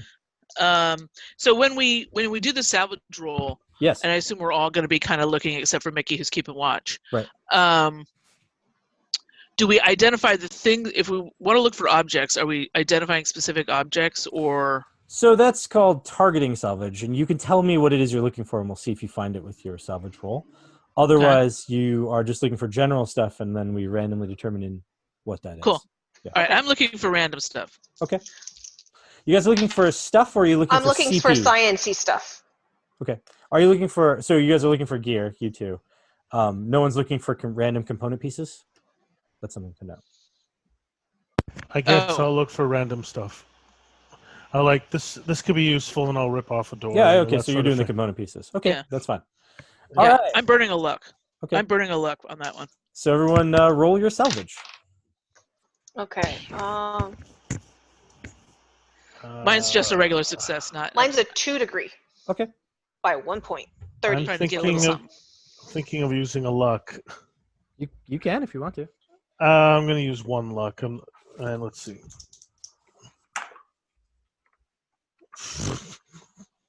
No, better, but not good enough. Yeah, and it doesn't sound like it's worth me blowing my give anyone luck for this kind of a roll. So I'm not gonna give you guys problem. that. Let me see if I've got the random chart in here. If I have to go back on. But I got 2 degrees. That's awesome. Okay, so 2 degrees and 1 degree, and what did you get, Severin? Did you get a success? or you failed? 56. Okay, so you failed. All right, so you're looking around for component pieces, Severin, and you don't really find anything useful. I mean, there's useful stuff, but you're not sure if you can extract it. Is essentially what it boils down. So you just kind of don't find a whole lot of useful things. I still have airplane mode on. That's why it's not connecting. That roll includes things like gas. Yep. Okay. Player. Okay, I'm trying to find the random salvage chart because I didn't keep a copy of it in my rule book. I don't know why I don't, but I don't. Salvage. Whoa, what's happening? There we go. Okay. All right. So for the 1 degree of success, that's Maggie. Go ahead and roll for me 2d10 and just tell me what the numbers are. So you can roll the percentile and just tell me what the actual numbers are, like 3 and 5 or that kind of thing. That'd be a 5 and a 4. 5 and a 4. Okay. So you have a choice here. You can either have 10 liters of gasoline or raw chemicals. I'm going to take the gasoline. Okay. 10 liters of gasoline. You have more gasoline. Because we started out with 50 liters of gasoline. Yep. 50 liters. You've used some of it now. Yep. Yep. Okay. Now, Doc Ross, you had 2. So why don't you do that same thing she just did, but twice? Sure thing. So you want me to roll 4 dice total? 4 total dice, yes. Okay. A 2, a 7, a 4, and a 1. A 2 and a 7, and a 4 and a 1. 2, 7, 4. Okay, so you found parts to a. You were looking for sciencey stuff, though, right? Yes. Okay, so I'm going to target more sciencey stuff. You 4 and 1, 4. Oh, cool. Yeah, so 4 and 1. That got you some medical documentation. It's like documents, like textbooks that somebody had on medicine. When you use these textbooks and you're doing a medicine roll, you get advantage because you're holding these things that help you figure out stuff. So that's one of the things you find, and then the 2 and 7 is a. Oh, that's where they are in the meat bag. Yes. It's parts to a .38 revolver, which you already possess. That's kind of lame. So why don't you re-roll that one so we can get something better for you? 4. It was 2 and a 4. Oh yeah, that's better. You have 2 quarts of synthetic motor oil, which is more sciencey.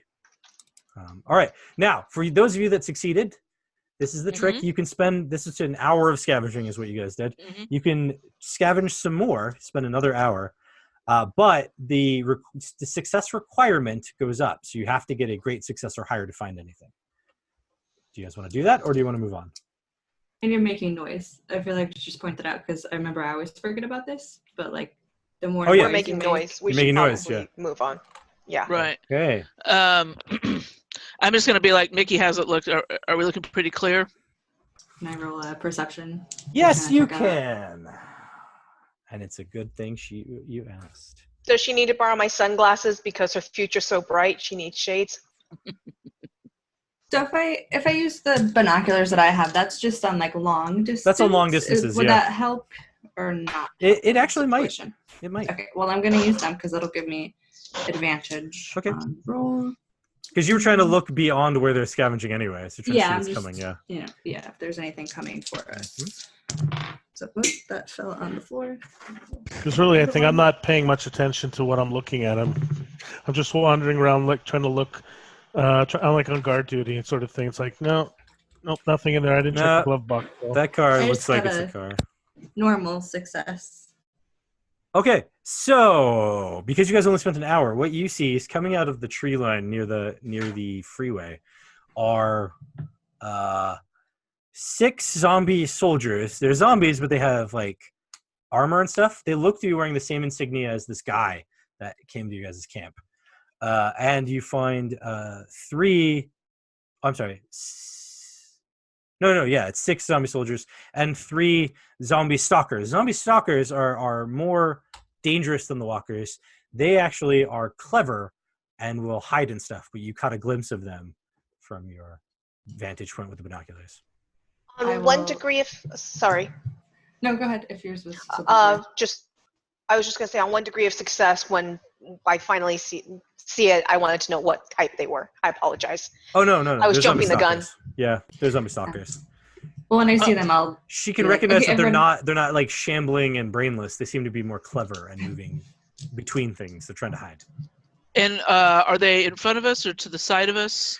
So they're ahead of you, but they're also on the other side of the freeway. So there's the barrier between you. What Mickey notices is that had you guys continued to scavenge before she saw them, you probably would have got caught by them. Right, the time that you were scavenging was so fast. You only spent 1 hour, and they heard you, and they started coming out, and that's when she saw them. Right. I think we ought to just jump in the truck and go. Yeah, back in the truck. Load it up. When she points them out, and like I said, I apologize for jumping the gun. No, it's fine. When she points them out, and I see that they're the type that they are, can you tell me what information I have about them? Yeah, zombie stalkers are very clever. Let me pull up thing. Ow! What are their vulnerabilities? Ow! I dropped a thing in my toe. Monster manual. Zombie stalkers. Zombie stalker. Nice looking. Zombie stalker. The zombie stalker they have more hit points than a zombie by far. They're like triple the hit points on a zombie. But they have rage. That's their thing. So they can just rush through terrain. That's their main special feature.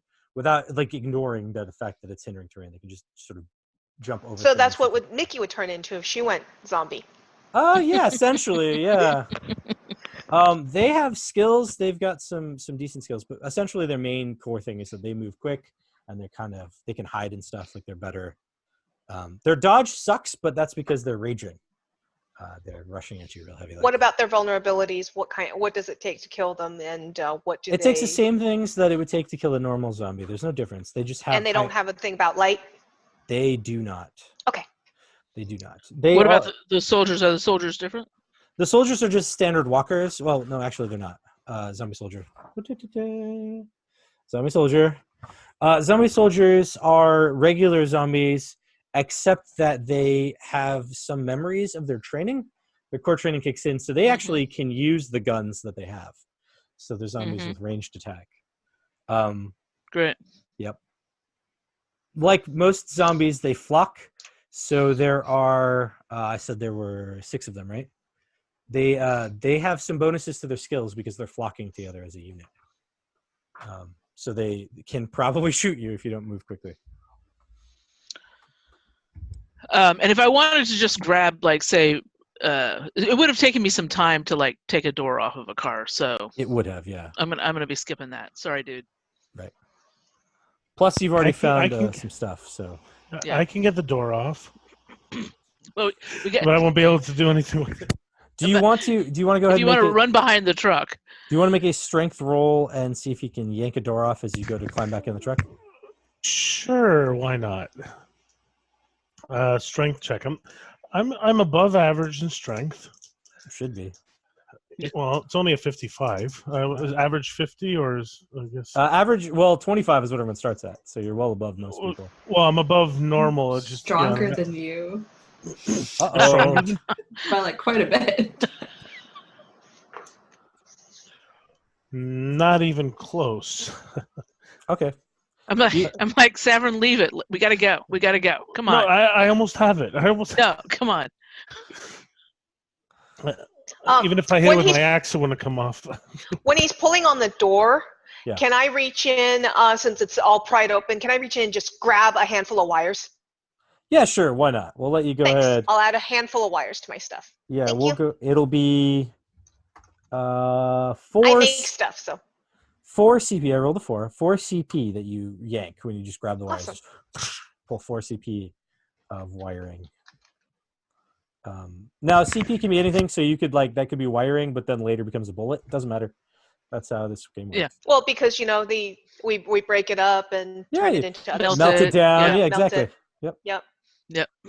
That's how CP works. All right. You're welcome. All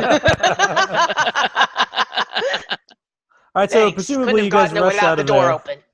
We're driving. All right, you rush out of there. This is where Mickey's navigation comes in. Mickey, if you'd like to roll a navigation roll, because now that you know this road is full of broken down cars and potential zombie attacks, find a better path than traveling along the freeway. You're muted, so I can't hear anything that you're saying right now. Yep, I forgot about that. Yeah. Okay, navigation, you said? Yes. Okay.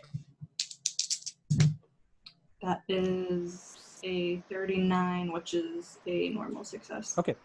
So Maggie, you will make a drive roll to take this new roll, but you get a +5. Oh, wait. Would a compass have help with that? Compass would have given you advantage. Can I? Yeah. Yep. Put that? Okay. Oh, that makes it a great success. That's a 29. Okay. So you get +10 to your drive roll, Maggie. Yep.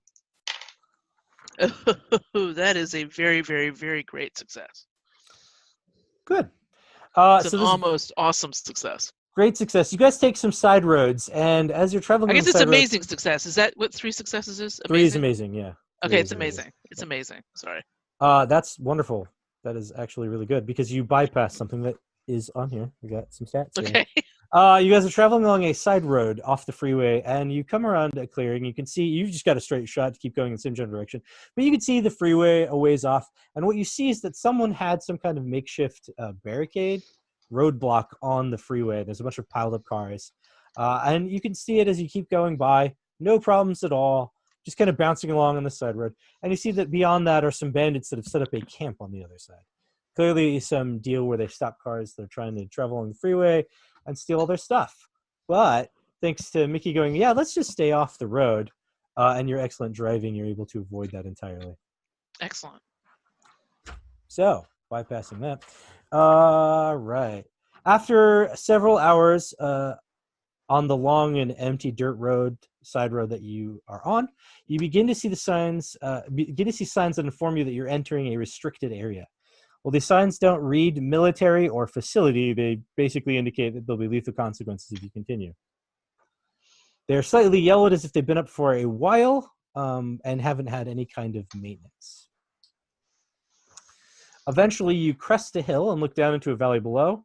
Not far off is a black area that shimmers in the light, a refraction of heat, you realize immediately. It's black tarmac, and there appears to be 6 structures in varying degrees of repair on that tarmac, 4 vehicles, and several small machines and a chain link fence that surrounds it.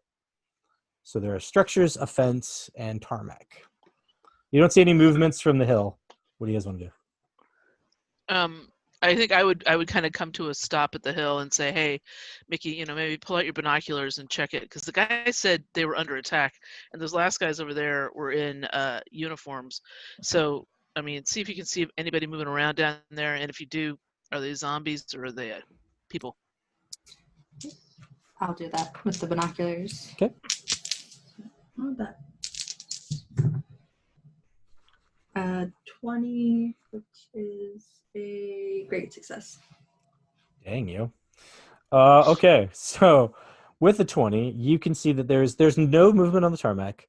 One of the buildings is clearly burned out. Like, it seems to have been like something blew up inside. There's lots of signs of a fire having been there recently. Another one of the building structures is actually a plastic structure, and it's somewhat intact, but it doesn't look like it was part of the original construction, like someone threw it up after the fact. 20 would be a success. Oh, however, So I you was do just see, coming. that's fine. I just noticed what you said.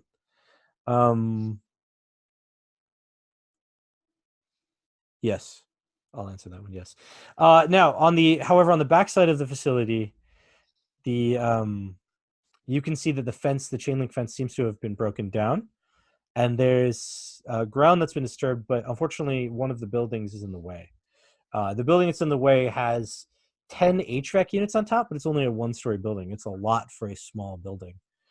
Not entirely sure. An HVAC unit, right, is a big fan that sucks air and blows air in. It's used for air control. There are 10 on top of this building, but it's a 1-story square. Doesn't seem to have any windows. So that just seems out of place regardless of whether or not you know anything about construction. Can I just kind of roll either my mechanics or my tech use to see if I know what that probably indicates? Like, if it's like a deep shaft or something? Yeah, sure. That many HVAC units would definitely trigger something in your mind. Yeah. Which am I rolling? It would be mechanics. Not that it actually matters, I guess. It's Or academics. I guess academics would still apply. If Mickey points that out, I definitely have a question about it as well. Yeah. That is a great success. So Okay. 2 degrees. I'll let Doc roll. I got 1 degree of success. Okay. Yeah, so both of you realize that that's very strange for such a small building to have that many HVAC units. That probably means that there's sectioned airflow, which registers to you, Maggie, like there's probably way more rooms than there would appear to be on the outside of the structure, which suggests that perhaps there are lower levels to that structure. Because that many self-contained HVAC systems seems very strange. And if it's sectioned off airflow, it also probably means and I'll tell people, that's probably the research lab that they're talking about. That sections off the air, so when one area is contaminated, they can lock it down and other people can still breathe. Yeah, sure. I'm also imagining, hopefully it's a secure unit. We'd have to figure out, the best way to access it. I'm just gonna ask Mickey, does it look like there's any there's no windows. Are there any doors? Does it look like the doors have been breached? Does it look like that? So from where you are, you can't make out a door, as it were. Like there's probably one, but like it's not like there are no obvious doors. And by that I mean, sometimes there are glass on doors that can indicate that there's a door there, different kind of metal. It just kind of, from your distance, all looks the same brownish color. Can I get closer? Yeah, you can all get closer if you want to. There is a gate. The one thing you do know is that there is a gate hold on your on. side. Before you go up there, can I borrow your binoculars? We're still on the hill looking down. We're Yeah, still you guys are on the still hill. on the Oh, hill. we're on the hill. We didn't go up we're to looking the down gate. like you're Oh, okay. you're Yeah. a distance away from it. But We haven't driven down yet. before you leave us, Mickey, can I borrow your binoculars for a few minutes? And pass them over. Okay. I'm going to spend some CP, and I'm going to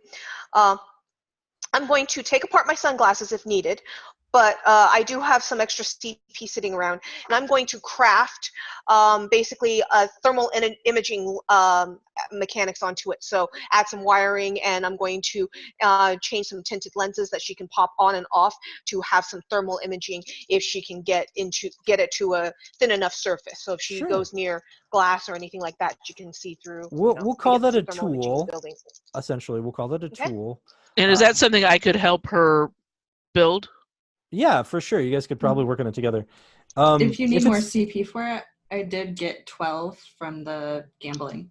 Awesome. But yeah, I just want to basically tech up her binoculars so that she's got some thermal imaging, and because that can really help her get a layout for us. Right, and tools are 5 CP. So what you want to do Okay. is Well, I've got 4 CP. Okay.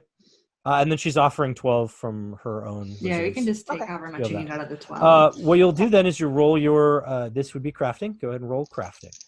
You did that already. And I rolled crafting and got 1 success. Okay, so you're gonna add. I'm helping her. Okay. I got 2 success. I got 2 degrees of success. All right. Well, didn't need the help, but she got it anyway. All right. Well, if you'd had +5, would that have made it an amazing success? No, I made it by 2. Okay. I'm sorry. No, it's fine. Okay, so she gets a great success on the roll. That means you can apply 2d4 plus 1 times 2. So 4d4 plus 2 is what you're going to roll to figure out how much CP you can put into the thing, which is probably more than enough to get what you need, but let's go ahead and do it anyway. I mean, the baseline is 6 already, which you only need 5, so... I got 8 on my roll with 4 dice. Okay, so 8 plus 2. Oh, wait, add 2? You said 4d4 plus 2? Yeah. That's 10 then. 10. Yeah, that is more than enough to go ahead and install this tool onto her binoculars, so now she can do thermal imaging or change the types of images she sees with her binoculars. So Awesome. maybe Mickey, do a scan before we start driving down. I will do another scan using the thermal imaging, see if there's any. Okay. Hotspots, wiring, weird I will wiring, say- stuff like that. I Would will a say zombie no show one- up on a thermal image? Probably not, but it would probably show up as a darkness rather than a heat. A light. An the extra opposite. thick spot, yeah. And also, exactly. and then she'd see, strange hot spots in the wiring where there's drawing a lot of power and stuff like that. So Yep. to get us a good amount of info. I have So- never had anyone do this before, so this is cool. Thanks. Unfortunately, even with advantage on that, I failed, so I'm going to use a luck, and I'm going to. Okay, try again. Yeah. So do I re-roll with advantage still? Yeah, you still reroll with Okay. advantage. Yeah. Oh, that's much better. Remember, there's a +5 to your amount. Yeah, it was still. So 44. That still is just a regular success. Just 1 success. Oh wait, 1 success. Sorry, I was reading the note over here. 1 success. Yeah. So you do see some hotspots from the electricity. There's some movement and heat signatures inside the one structure that's in the middle, the non-burned out 2-story structure. But the one structure just has heat from the electricity coming off of the HVAC units or the heat from the HVAC units. You can see that they're working, they're on. But there's no Yeah, so you can other tell things you they're can kind of see. But you do see some heat signatures in movement in the one unburned warehouse. But Like nothing really else. Yeah, human like blob? roughly blob size, like relatively large blob sizes. So She looks at us, looks at that. She's like, humanoids. yeah, about the same shape. Yeah, that's about the right. That's about the right shape. Yeah, blob size. Got it. But there are like I said, there's a gate on the road that you guys are on. There are 2 guard checks on either side of it on the fence, and then you can try to off-road it and go around the back if you want to. The broken chain link area. That's up to you. So. Oh, we can see a broken chain link area. She saw one in her thing. She just doesn't know why the dirt is disturbed behind it. She just couldn't see that. There's some dirt behind it. I don't know. I almost feel like, the broken chain link area is the way that the zombies are accessing this area, so I don't think we should go toward them. I'm almost willing to, let's take it down to the gate and see if we can't pop that lock if it's still locked. I can try with that. Yeah, and Pretty good with locks. Yeah, I'm decent with locks too, so. Okay. You guys roll down. Before we go down, did you see my question about the gasoline? Yes, so you can fill it. You can hold up. Because it only takes a little bit of gas to put it. Okay, cool. I'll fill it to full. Thank you. Yep, no problem. Sorry, trying to understand how much is creativity and how much is just CP is required. And so, if I can be resourceful and know exactly what goes what. Yep. Yeah, CP management is one of the core aspects of that's basically what the whole gear is. The CP management. But that required me no CP to do that. Awesome. I have a full lighter again. Yeah, I mean, technically it took 1 CP from your gasoline, but you have a ton of gasoline right now. Yeah. At least enough to But it gives me 15, so I'm good with that. Yeah. Cool. Yeah. All right, so you guys roll up to the guard shack. You roll up to the gate and the guard shacks. There are 2 guard shacks, a north and south guard shack, right on either side of the gate. The gate doesn't appear to have any kind of padlock. It seems like the gate's probably some other kind of powered gate system. The 2 guard shacks, you'd have to scale the fence to get to, or you can just break the windows and climb in from the outside. That's up to you. Okay. If we climb and go over, does it look like there might be a way to open it from the inside? Yes. Well, there's a door on the other side opposite of where you are. Before we try that, Mickey, you want to turn on that thermal and see if there's electricity flowing through the gate and see if the fence is electrified on this side. That's a good idea. So you don't have to roll that. You would have seen it before. It is not electrified. Okay. Okay. Is there power going through the gate itself? Yes, there is that. Yeah. So it is a powered gate. Mm-hmm. But not electric. But not electrified. And you get. Okay. Yeah. So I just wanted to make sure. Wait, is there anything we forgot to do the reading the guy's key card thing? Is there a key card place on that we could access? There is a key card reader on the outside as you roll up. Hey, Doc, do you still have Nathan's key card thing? Let's just see if that works. works. I honestly was just about to right before you asked the question, which is why I wanted to know if it's a powered gate. So I'm going to try and swipe that key card. Okay. You tap it to the reader. There's a light blink indicator that's normally it's dark, but it blinks a little bit, and the gate does not open. I jump off and I start scaling the fence. Given that I want us to have our resources, I'm going to actually try and see if I can fix the gate so that my key card works again. So try and hack it. Yeah. Using science. You can hack it. This is actually wires. I know. So hacking it, there's that requires sort of an interface with a tech use, like a computer. Tech use. I'm good at tech. But in this case, because it's just a wired functionality that connects to a different computer somewhere else, you're actually just blue wire to yellow wire instead of blue wire to red wire. This is actually mechanics okay. law. Well, 48 is first degree either way. But if Maggie wants to do it instead, go for it. I mean, I can give you a hand. I've busted into a lot of these locks, but shit, this one, I don't know. It's up to you, Doc. You're on your own. I got 1 degree, moving the red wire to the yellow instead of pairing it with the blue. All right, so you hotwire it. So here's what happens. Saffron starts climbing the fence to get over. And as he does so, the gate starts to move. So, it's just moving as he's holding on to it. Saffron, what do you want to do? I swing around the gate, drop to the bottom, and head over to the gate house. Okay. Did the gate make a lot of noise when it It opened? did. It made a lot of noise when it opened. Chink, chink, chink, chink, chink, chink, chink, chink, like Yeah. rattling and stuff. Yeah. All right. Which gatehouse do you want to go to? The right or left one? Well, wherever the gate, whichever gate I'm on, whichever one I so got moved to. So there's essentially 2 doors on either side of a single gate. Yeah. Let's just say, okay, even I Your houses was on the right, so Sure. that is, yep, I'm on the right one. Okay. So, All So right. Anyone else want to go? I'm gonna pull the truck through the gate, and I'm gonna say, "Hey, Doc, you got it open. You can shut it." Yeah, because we don't want any zombies coming in after us. Sure. And I don't know, Mickey, if you want to keep guard or if you want to go Yeah. check out the other gatehouse. I kind of want to. I'll go check out the other one. Okay, I'll close the gate back up Quick and once quiet, please. everyone's in. And I'm gonna just kind of, I'm gonna clamber up kind of like on the top of the truck so I can kind of keep as much of an eye out as I can. And, Okay. and I'm leaving the engine running. All right, so you guys see no signs of movement on the tarmac around you. You do see the buildings now very clearly, the same ones that Mickey saw before. But going to the guard houses. So Mickey, if you're going to the opposite one of Severin, then you're going to the north one, and Severin's going to the south one. Who do you want to handle first, Severin or Mickey? You go ahead. Okay. Severin, you go up to the south guard shack, and you find that there is a computer inside that's intact. There's a folding chair and a countertop in there. And the door does seem to be locked, but there's a door that gets inside. It's just a glass window. It's like there's 4 windows. Each wall has a window. So you can get into this place if you wanted to. Or you can try to pick the lock or break the door open. It's all up to you. But there's a computer inside. does it look like good, strong Yeah. glass? No, not really. Like it looks like I don't would want withstand to. something, but- Let's put it this way.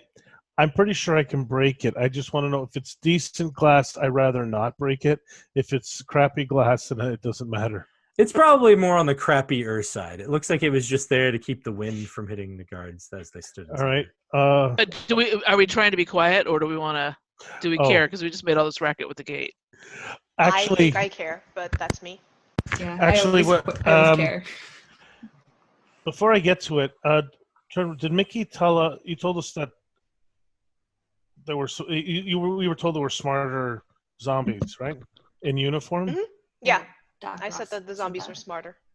Yeah, he doesn't. Mickey pointed it out, and I said, "Oh, I know that type." And yeah, Yeah, well, if they're Teamwork. smarter and they're part of this group, they may already have a key card, so they might be able to use it. But We could try the key card again too, if there's a. was there a key card on the door?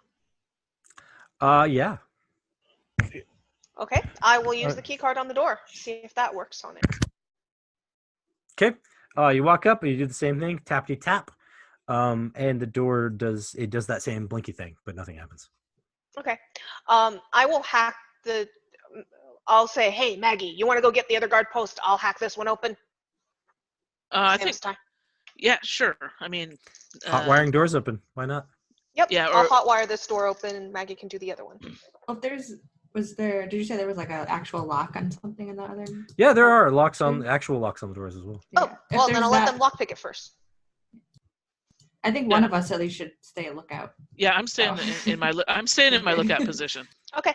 Okay. So sure, I can hotwire this door. She can unlock that other one. You probably hear Savern counting quietly. I got It's 1 degree counting of down. success, barely. Barely. That's enough to put it together, and then it goes click. And he stops counting when you open it. It was like 5, 4, 3. Mickey, you can go ahead and roll lockpick to unlock your other thing. Do you have So lock? I have a lock picking kit. What does that do? The tools. So it's a tool, so it just gives you a +5 on your lock. Okay, so that's 100. Good. So let me roll that. See if She's you a get that thief, critical guys. She's a success. thief. This is her job. She has awesome stats. So basically, don't roll 100 is what you're saying? Yeah.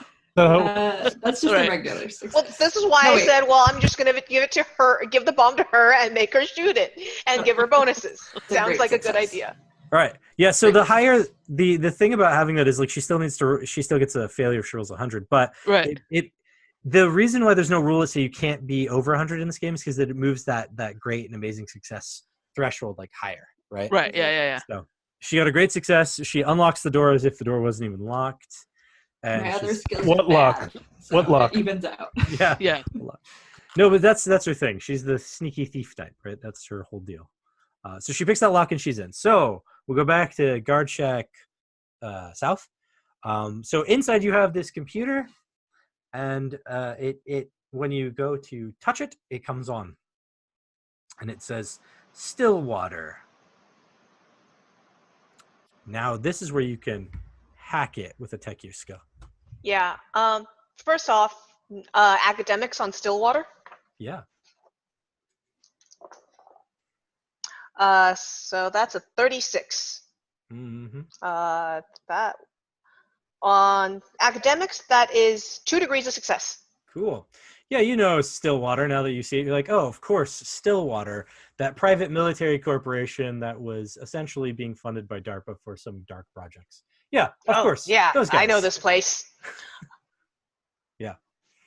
So you absolutely what know kind of this stuff place and this facility. did Stillwater do? Biological warfare. Of course.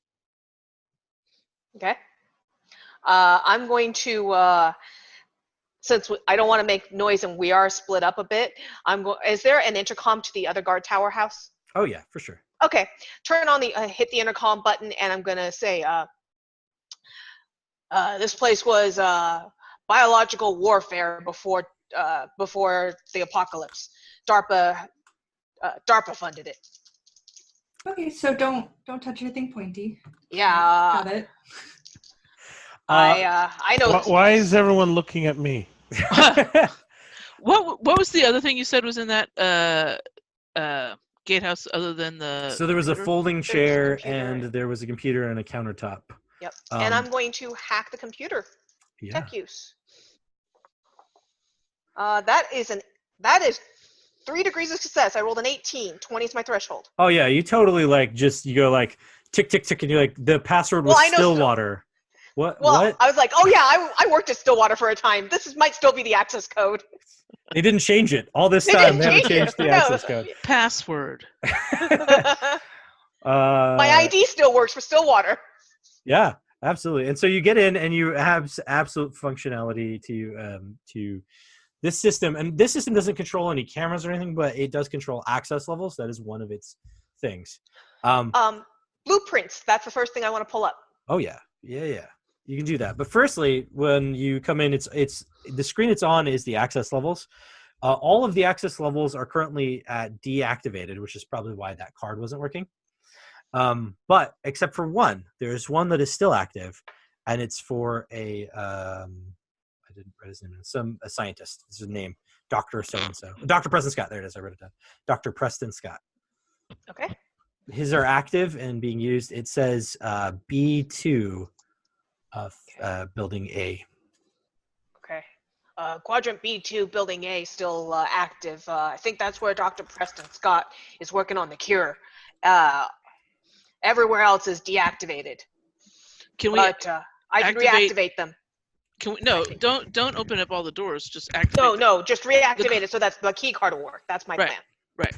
So Not all the key cards. Just Nathan. just my key card. Yeah. And Just Nathan's, yeah.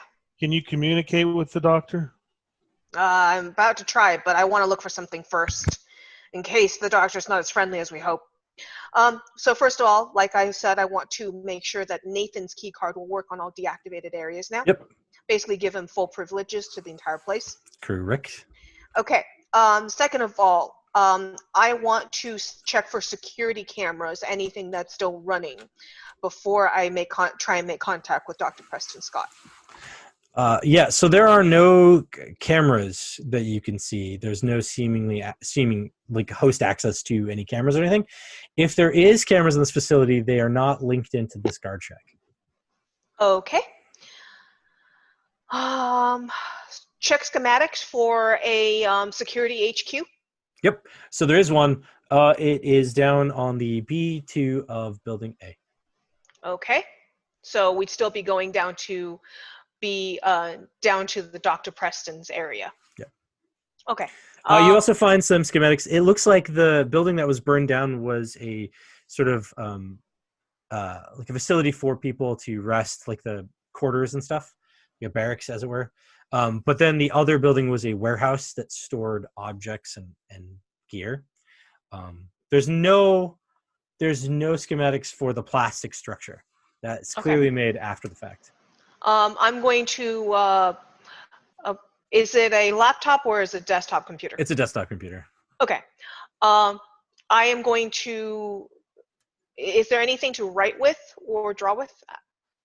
Not in this room. Okay. But that doesn't mean you can't convert some CP to that, or someone else might have some paper or something, a book. You can actually write on a book if you tear out a page and write on the margins. Yeah, I've got a holy book. Well, you have those medical texts too. I do have too? medical texts as well. But I also have something else that I can do. So I forget the technique it's called, but my character is a scientist, so but I as a player have dealt with this.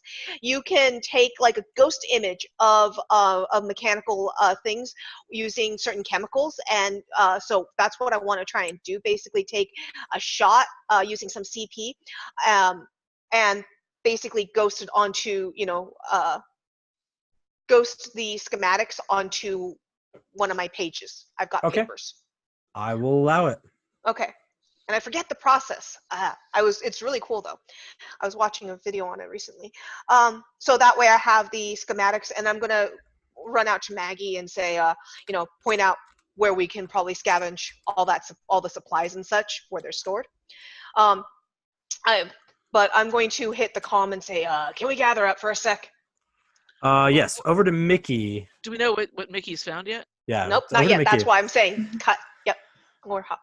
Okay, you come into the guard shack. It's very similar to the other one. There's a countertop and a folding chair, but the computer in here has been smashed. It is broken. There's a bunch of pieces laying all over the place. You can salvage in here, but you can also look around and see what you find. This is also salvage, so either way you can roll a salvage roll. Okay, so basically salvage. Salvage roll. What is salvage under? It's a special stat. It's right under special right. stat. Okay. I'm not good at that. I am very bad at that. That is a failure. Okay. I mean, you can gather up 1 CX worth of salvageable computer parts without needing the salvage roll to find other things in the room. But other than that, you don't really find anything. Okay, I will leave then. Okay. Especially when I hear through the intercom to group up. Yep. So if they all start walking out towards the truck, I'm gonna be like, "Hey, Sav, are there any chairs or anything in there?" Yeah, it was a folding chair. Hey, grab a couple of chairs and maybe we can rig up something for you guys to sit on in the back of this truck. I mean, it looks pretty uncomfortable.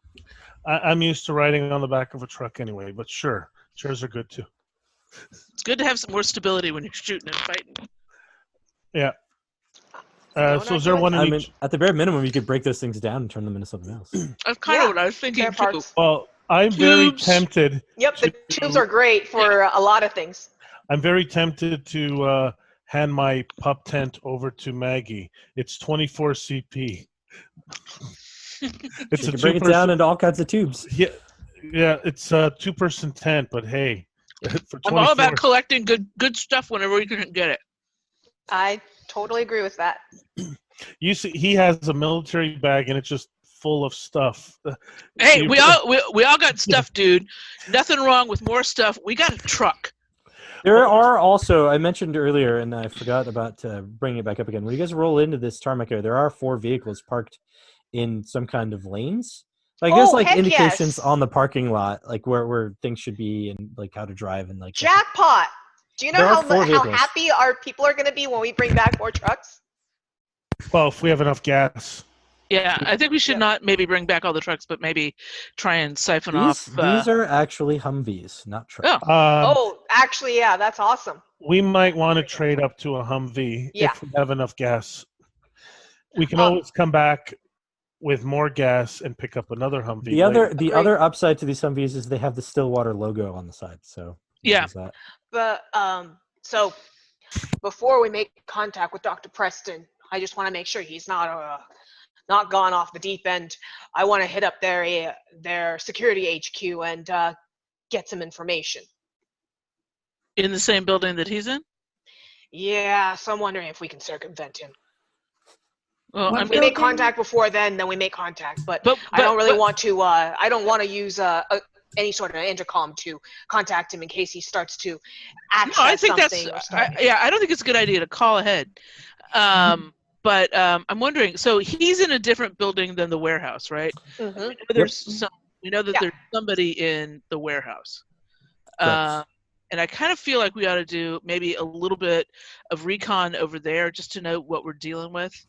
I'm game for that. Like, that's why I came out and circled that part and said, this is where they store stuff. I'm totally Supplies. good with going there first. That's Supplies are where the good. other heat signatures were in the warehouse. Correct. Yeah, I just want to Okay. make sure we're not going to run into, some Stillwater goons who are going to, try and defend their stuff. So are the Humvees pretty close to us? Yep. And like, I don't have a sense of like the distance. Like, would they have already seen us if they were seen us drive through the gates? If there were, the warehouse doesn't have any windows in it except for like up higher on that second story. They would have heard you for sure, but see you not so much. They would have had to have a door open. There's a big rolly garage door and then like a little personnel door. But none of the doors have opened. If we, excuse me, hold on a second. Okay. Is anybody here really good at being sneaky? Because I think maybe a couple of us come up to the front door, and maybe a couple of people circle around the back to kind of cover our backs. You guys would definitely know that I am very sneaky for being. Well, Mickey is sneaky, but I'd prefer to go by myself too. If you three want to go at one door. Let's just say I know how to be sneaky. Okay. Not necessarily good at it, but I know how. I'm better than the average person. You I think understand that the I'm- theory. Yeah. If I But, could teach someone my skill, and they would. I'm better than average. Let's put it that way. It's sneaky. I think Mickey going off and sneaking is great, but I don't think I want to sneak, especially if I'm going to talk to these theoretical goons. I have an ID that might be able to get us what we need or what we want, or any information. So if I come in sneaking, then No, I don't it think might you should. seem less authoritative. Look, I think it's pretty much a given, Doc, that you're our talker. So, I was always assuming you were going to be, Polish up my ID. knocking on the door. Because you know these guys, right? You used to work here. Yeah. So I'm just thinking, Well, not at this Sir. facility, but like for Not the at this company as a whole. facility, but the other one, and they Yeah. kept my ID, so I was able to get in. There were windows on the second floor, you said? Yes, there are. Does it look like there's any way to get to those? Yeah, For you me, could it's probably a good scale thing. up like a Yeah. drain pipe or something. Is there any way to maybe mock up a couple of comm units using some of our Most CPs so that certainly Mickey can talk to us? Could do that. Um, That would take a little With while, that- though. That would take some time. it probably would, but maybe there was something in that. Maybe she stole the speaker out of that computer. Yeah, that's a good point. There's some wires that were found earlier, and then Yep. some computer parts. We have Yeah, made Yep. a lot of noise. you would do like That's true. soldering. So Yeah, Um, but if it would take too much time, I don't want to spend the time. yeah, doing it would take like an hour at least to do it. Okay. just want to know how much more gas would the Humvee need? Do we know? You could guesstimate based on the type shit of ton Humvee it more. is, but you also don't know how much gas is in it already, right? So, Right. Well, yeah. So I'm assuming it doesn't have any. I'm just wondering roughly will it use a lot more than what? No, I'd pickup? probably use the same amount. So the thing to consider is that your truck is also like a dilapidated, slap-together truck, so it doesn't have the most efficient gas mileage. So even if it got better gas mileage than the Humvee normally, it's probably pushing the same amount of gas mileage. Okay, then I would like to suggest let's switch vehicles right now. I will. I'll move everything, all our supplies over, and so we can check the gas capabilities. But Okay. I would rather have the Humvee than this truck. So, In case we need I- to split fast. well, so there is something that I wanted to try and do before we go. Well, we're just talking about fixing up the Humvee now, so Yeah, so While while you're you guys doing are fixing whatever. up the Humvee, I have an idea for something. Um. Okay. So I have How a do we- question about like, do any of us know Morse code, Scott, or anything similar, or any sort of tap code? Sure. So the languages are not really a thing in this game, but you could say that like with with an academics like an intelligence score pretty high, you probably know something. Okay. So you could come up with some kind of coded system, hand signals or tap sounds that you could use to be like a coded signal. Okay. So what I would like to do at that point, you said that there are intercoms in both of the guard towers. Yep. Okay. I am going to. This would not take very long.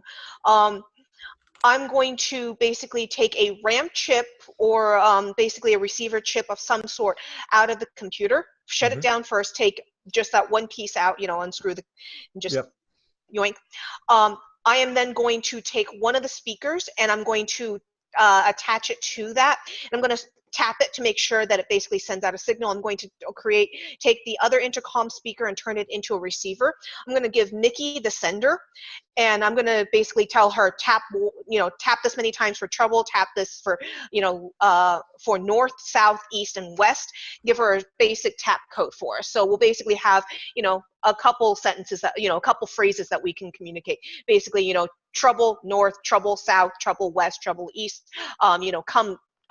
A tap code for come, a tap code for stop, and give that to her. I'm going to test it, basically put the speaker up to my ear and see if the tap works. Cool. We'll say that's 4 CP. So you want to craft that? Sure. Crafting. Yeah. 21. Let me double check my craft. Sorry, I just Technically, lost it's mechanics because it's an electronic device. Mechanics I have as well. 21 is my 2 degrees. I do by 2 degrees, not my third. So it still takes you a bit of time to put it together, but you are able to make such a thing. Now, the real question is whether or not rather than an hour, it should take like 10 minutes to make. Yeah, because you're using already pre-existing stuff, so that's fine. I'll call it that. That's totally cool. So But, while she's the question is whether or not Mickey can remember all of the tap codes. That is a good question. I am not smart. Just make an gotta make intelligence up for roll. that really high agility with a very low intelligence. Make an intelligence roll for me. If you succeed, you remember all the tap codes. I'm going to basically make it super simple for her because I need to remember that she's not very smart. So basically, I'm going to have one tap for yes, 2 taps for no. She failed. She remembers the core ones, the tapping for yes and like yes, no. No. I saw this in a vision. This totally worked. Go ahead and re-roll it. Roll it. Oh, that's so much better. Cool. See, I lived this. It worked. That's an amazing success. All right, you remember all of her codes. Not a problem. Oh, in this reality, she remembered. No, I remember she remembered. In this reality, I remember she remembered. How did she forget? She goes, I don't know these codes. Yes, you do. Okay, I do. Okay. She's a priest, so she's a doctor. Quick question. Now, would a camo tarp, which gives advantage to stealth when not moving, be beneficial to you? I have one already. She already has enough. And I have a camo jacket. Yeah, she has like all stealth 100 stealth or something. She's like got everything in her advantage to make I've got herself double stealth. advantage on stealth. So in as efficient a way as possible, I'm assuming Savrin and I figure out which Humvee has the most gas in it right now and is operable, and So we move we'll all of our stuff over there. We'll do you guys, and then we'll go over to her trying to get in because she wanted to sneak in. Okay, so you guys, the Humvees you discover when you start looking them over, you discover each Humvee has some parts removed from it. Like someone scavenged pieces from them for something. Not sure what, but this scavenged. However, fortunately, if you were to take time, you could take the parts from one and put it in the other, and you could basically rebuild the Humvee, like one Humvee to full capacity based on the parts from the other ones. But that would take time. How much time? It would take time. It would take time. Right. It would be a matter of rolls, but each roll would take an hour, so she could. I mean, honestly, what I think we should do is let's deal with the people here, figure out what's going on. I don't want to be sitting out here with my ass in the wind, fixing some stupid Humvee while they sneak up on us. How you fix stuff is none of my concern. Exactly. Yeah. I work way better totally in the buff doing my mechanics. I seriously like just pictured a chimp butt there in my. Thank you for that. Thank you. What I was going to ask It's was, me in a welding mask. with chimp butt pants. Yep. Pants that have chimp butt on the back. what I was going to say was she's going to be gone. Mickey's going to be gone for a bit, so we could start fixing to save us time later because we do want one of them. No.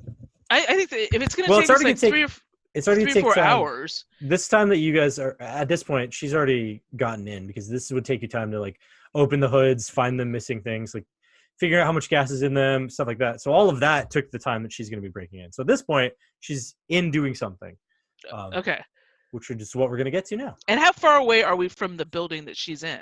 Not very far. I don't want her to be way the hell off. Right. No, it's not very far. It would only take you like one movement action or I move super fast, so she could get away if she needed to run pretty quickly. Because she moves super fast. She would move twice. Well, I'm just mostly worried about us being able to get to her. Mm-hmm. So if she drops that speaker, I might go, ow! Yep. But no, you guys could get to her really quick. Like it would be like a round, and you guys would be there. Right. I mean, I'm fleet-footed as well, so. Yeah. Well, there you go. So you can also move super fast and catch up to them. So, all right. So Mickey, you're gonna try to climb in. Is that what you were indicating? The second floor, or are you gonna do something else? Well, none of the doors are open, right? Correct. None of the doors. And opening a door is kind of noticeable. Correct. Right? Yeah. So I guess I'm gonna try and go for the window. Okay. Yeah. Okay. Go ahead and roll an athletics roll as you climb the side of the building. Okay. Let me double check that because I think. Do you have rope? running shoes? So I do have rope, and I also have running shoes. But the running shoes give me disadvantage on stealth. But since I have double advantage on stealth, well, that's just give you advantage on stealth then. So okay, I'll put on the running shoes. Okay. I'll be a little less sneaky. Yep.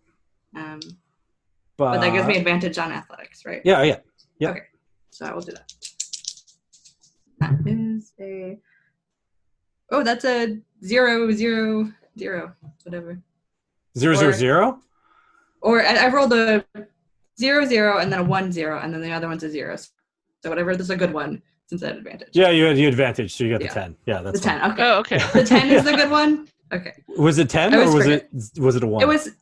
Well, I had both on my since advantage. I had a 1. You had a 0, 0, and a 1, 0, correct? Yeah. And okay, so the 1, 0 is the better option here. Okay. If the other one's 0, it's 10 or 100, and you want the 10. Then it's 10. Yeah. Yeah. Okay. Yeah. So you definitely, because that's probably an amazing success, isn't it? Like 3 degrees of success. A 10? Yeah. Yeah. So you definitely climb up the side of this building like it's nothing, and you can open the window. You find that it's not locked, and there's a catwalk on the other side. Roll stealth for me as you sneak into the building. Okay, and that's just regular advantage on that. So I don't because you don't have sneaky shoes. Yeah. Right. So just a nice. Because your shoes squeak despite being called sneakers. Right? No, I'm just kidding. That's a 14. So that is where did it go? Stealth. That is an amazing success. Okay. Yeah, that's great because as you slip in, so those of you at home following along, her stealth success is 3 degrees. That means that a person has to get 3 degrees or higher to see her. So they have to roll an amazing success or a 001 to see her or hear her or know she's around. So that's a super ridiculously high. So let me just go ahead and roll. They got a 56, which is not that low of a number. So nobody notices Mickey coming in. She just comes into the place. So let's jump to what's inside. Mom. Mickey. You climb inside and you're on a catwalk. And the whole room is relatively dark with the only light coming from the windows, of which you just climbed through one.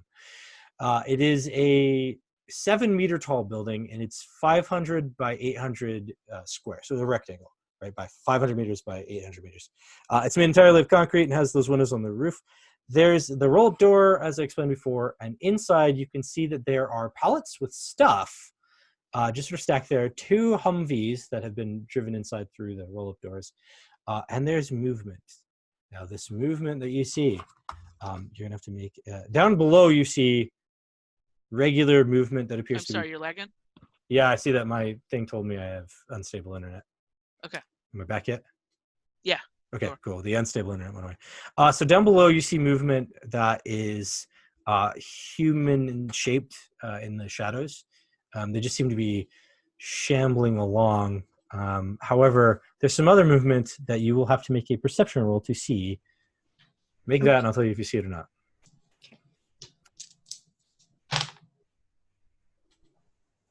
That is a great success. Yes, you do see it. So hanging from the rafters in this room, you see that one of the windows has been broken out, and hanging from the rafters appears to be some kind of thing, like a bat. But you can't quite make it out in the dark. Just that it seems to be a bat. It's not just one. There are, in fact, 3 of them hanging from the ceiling. Was there, can I tell how many, like, shambling things were down on the bottom? Mm-hmm. Are they shambling things down at the bottom? Ish, yeah, they're moving around. They're moving more like zombies. 3 of those. How many of these guys? Oh, 2d4. Hold on one second. There are 5 moving things down below among so the there's pallets in the 8 car things total. in this place. So I'm gonna, there was like a code for that, right? For saying how many Yeah, oh yeah, like things. safety and numbers or whatever. Like there's a code. You could do a code. So if there was a way to like communicate that there's 5 of one type of thing and 3 of another type of thing, I'll do that. Does this thing make noise when I use it to like in my immediate vicinity? That would be a Dr. Ross question. It would not make a noise on her end. It would only make a noise on my end. So it's just basically, it's a transmitter, but it doesn't have like a yeah. receiver on its end. And so, she basically has a little drum surface for her to drum onto. And so when you're drumming on your hand, you're not hearing anything, right? Yeah. She's hitting the speaker, making a sound, and you're hearing on the speaker. And I will relay that information. If there's 5 Okay. on the ground and 3 in the air. There are 5 Okay. of one type of thing and 3 of another type of thing. 3 things up on the ceiling. So, and would you mark that as hostile or friendly on? Everything's hostile. Okay, everything's hostile. So 5 hostile, then 3 hostile is what I will relate to the group. Does that mean zombies and hunters or stalkers, whatever they were? Or? Code's not that advanced. Yeah, no, I'm saying. So maybe we can't call her back. Maybe we need. No. Maybe that doesn't sound too dangerous. Well, she knows if she's safe or not. I mean, I don't know. I mean, it doesn't sound like it's that bad. I mean, She would have called us in or said she was coming back. Yeah. Keep letting her we scout. can. I guess we can wait a few minutes, see if she tells us anything else. Is there a way to get a better look at the things that are like up on the ceiling? Because that's kind of more what Yes, more worried about. You can try again with perception, but there's not enough light for you to get a better look. So the only way to do that would be to create some light for yourself. Well, I'm not going to do that. I think I'll just. I want to stay up here if they're going to attack. We didn't make a plan for anything before I left. Nope. Just basically, if you told us stop, you told us to go. So if you call us towards you. And there's only the one roll-up door, right? Yep. And like the little. I probably can't see from like where I am if there's like a mechanism that will open that door anywhere. Yeah, so there's definitely a mechanism that would open that door from the inside. Can I like get to it? Can I try to get to it? Because if I open the door, we can roll some stealth and see if you can climb down and get to it. Because if I can open the door and like tell them to go in as I open the door, then maybe you can get the jump on them. Yeah. Yep. Well, yeah. You can tell us, come this, come to me or go north, go here, and then you can have us then stop. And I'm sure you gave her the alphabet, given how well she rolled. I was trying to keep things relatively simple. So, yeah. But yeah. Well, I'll try to like tell them to go and then like stop at the door. Okay. possible. And then I'll try to stealth to where the door mechanism is. Okay. Roll stealth.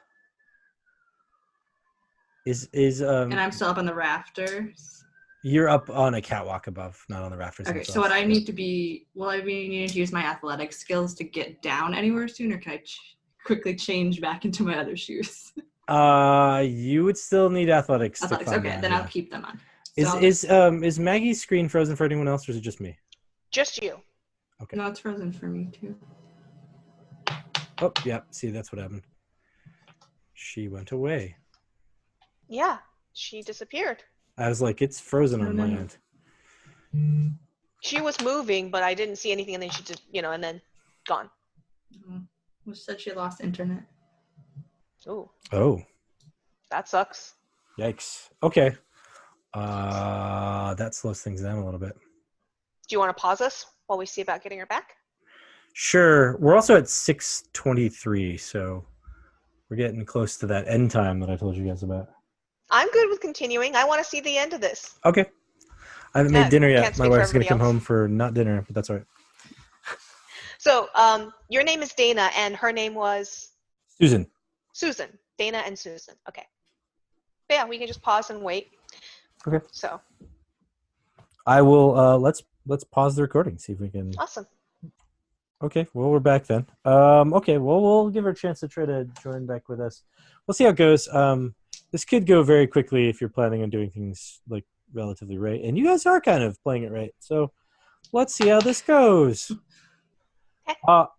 So you go to make your athletics roll. Yes. You need a success, otherwise you kind of fall to the floor. So make your success. Oh man, now's the time to wish I still had advantage on tumble. Yeah. Okay, athletics. That's advantage because of the shoes. Mm-hmm. That's a 19. Okay, so cool. That is a great success. So you climb down deftly. Go ahead and roll your stealth to see if you land. You make it fine and not get seen. Well, actually, you don't need to. You still have your 3 until someone sees you. That's how it works. So you're still doing fine until something changes. It'll change here when you press a button, but you're moving around pretty fine. So you climb down nicely. You succeed in your athletics, so you don't have to make that roll. You get to the button, and you hit it. The door starts to roll up. Can I immediately move and hide? Yes, you can. After I press the button. You're going to have to, because now this is the change where you have to make yourself roll. Sorry, I just realized I could call in on my phone. Welcome back, Susan. Welcome back. Thank you. We'll go ahead and change you back to Maggie. Sorry about that. No, it's all good. And it was Welcome back, Maggie. 894. Thanks. 9 you. So there you go. You're back to Maggie 94. All right, thank you. I'm going to actually. So one quick thing, because she disconnected, but just before we move up, when we get the move up signal, I asked Maggie if she can rig one of the Humvees to roll, because I'm not trying to start up the engine, but I'm trying to make it so that we can basically put it on neutral and we can drive it up to that gate quietly. And if she thinks she can make it run for just a couple seconds if I need to turn it into an explosive device. I would happily do that. I definitely think we should roll our truck up so that we can get away fast if we need to. Didn't we already transfer stuff to a Humvee to go, though? Oh, you guys didn't have the time. Okay. We didn't have the time because they figured out the Humvees were in repaired mode. So I'm going to basically, since we know we have a bunch of enemies and we might not want to use guns or whatnot, we'll see what happens. Or if we need a distraction, I basically want to see if we can get that Humvee moved up, and I can, if it becomes necessary, I can rig it and then roll it into boom. So. If that's okay with the GM, it's fine with me. That is okay with me. Awesome. I kind of feel like I don't want to waste the gas though. No, but that's why, but siphon the gas out first, because all we need is basically for it to be in neutral, and then we just basically need it to come on first. Well, what's going to explode? I show you a bunch of vials in my hand. No, the question is, did we get supplies off of it to fix the other one, or not yet? Not yet. That was the thing you could do. So if we blow it up, we are not. It's harder for us to fix the other. Yeah, 100. I'd rather save it as a resource than use it as a bomb. I mean, what do we need an explosive for? We got salve. Okay, cool. And you look at him when you say that, and he also holds up a grenade. Actually, a grenade flies up. Oh, right. Starts floating. He's moving it with his mind. By the way, that makes you guys uncomfortable. Psychic abilities do make you have distrust, meaning that if you try to do teamwork with them, you have disadvantage on them. Okay. Well, actually, not disadvantage. You have to get a higher degree of success, but it doesn't matter because he can do things on his own with his psychic powers. That's right. What's he need us for? He's got his brains. Yeah, right. So anyway, that was an insult, wasn't it? That's the funny thing is, intelligence is my lowest stat. That's funny. Sorry about that. So the door opens up. Mickey, did you succeed on the stealth? Oh, I didn't roll it yet. Yeah. I will roll it. That is a great success. Okay. That's great. Great success. So you start to roll. The door starts to come up, making noise as it goes. So the things on the ceiling and the things. Oh, okay. On the ground, as it starts to roll up, you guys see that there are a bunch of these soldiers, much like the guy that came by your facility in the Stillwater private military company clothing, standing in the doorway. However, they all are wearing night vision goggles, all of them. And as the light comes flooding in, they all reel back and hiss. For in that moment, you realize that you're looking at some sort of half zombie, half mutant things wearing Stillwater uniforms. Mm-hmm. Half mutant, you said? You said the M Half word. zombie, half human. They've been grafted or Half bioengineered. mutant. Mutant, he said. Oh, Mutant. mutant. Oh, okay. These, if you make an academic roll for me, you'll immediately recognize what they I are. will happily do that. Succeed. Okay, so I'm kind of like smart. and Devrin, stuff. you Ooh, actually. 10?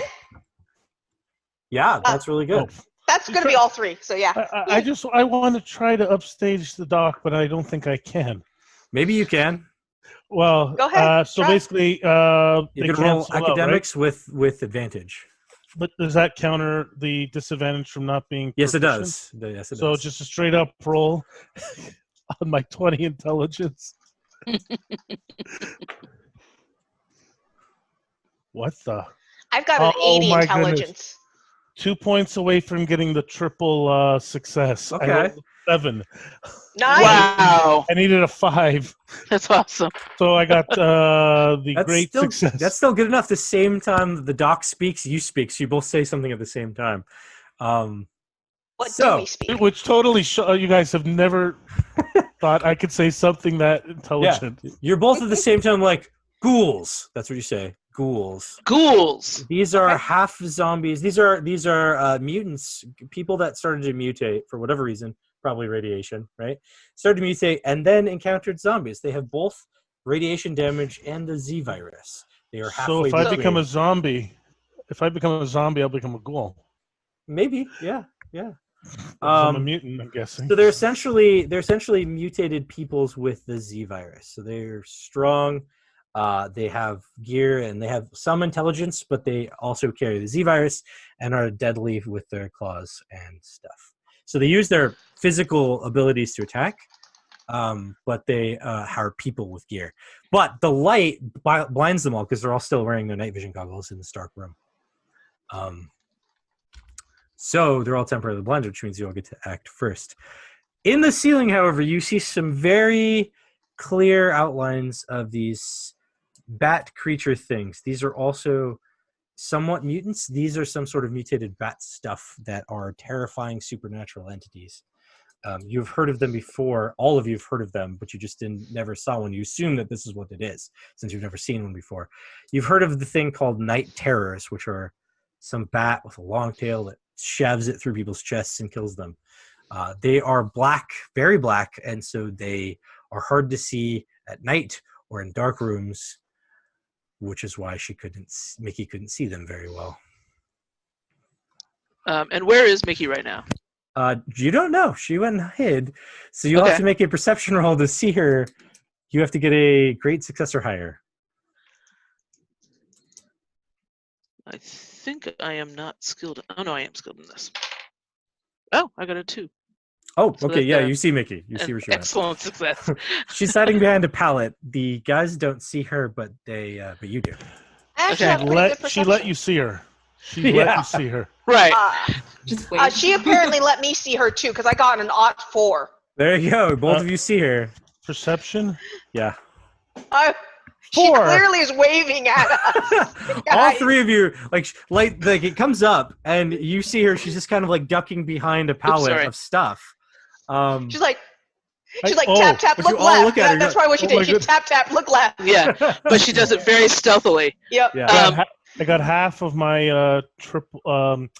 Half of the amazing success. There you go. Yeah. She tapped on the code thingy, going, no, look left. All three of you see her, and you can see the guys beyond her. Just so you don't hit me. That was it. Yeah, exactly. This is where I am. You also get now. You can see because you can read what's written on these pallets. There's stuff on each of these pallets. There are 5 of them. They're stacked high, and they are labeled things like MREs, toiletries, wires, syringe, refined gasoline, etc. Everything we definitely want and don't want to blow up. Oh yeah. You also see that the Now- Humvees have 12 5-liter red painted jerry cans next to them. So they're like, there's like a stack of gasoline for these 2 Humvees. and I think I would kind of look at the dock and I would and Sam and I'd say kind of like, if we can, no boom, no boom, Yeah. Mhm. no boom. I know. All right. So the beginning of the initiative, Or I could go make really big or really big boom. Yeah. Yeah. Is our Mechanically. coffee- Oh, go ahead. Yeah. Your coffee is still in effect. You guys still have Yeah. the coffee. 12 hours. Yep. Yeah. I also, if it's the next day, I can also do it again. So It's not. I'm gonna keep coffee in effect. No. Don't worry. It's still daytime, so we're still good. Yep. The question is, how long does it take to pop a pill, mechanically? I mean, in theory, there's a time limit on that, right? Oh yeah, it's 3 rounds. That's why I want to be ready to pop it, but it's like that's why I want to do it at the right time, right before Hold on. like at the beginning of my turn, sort of thing.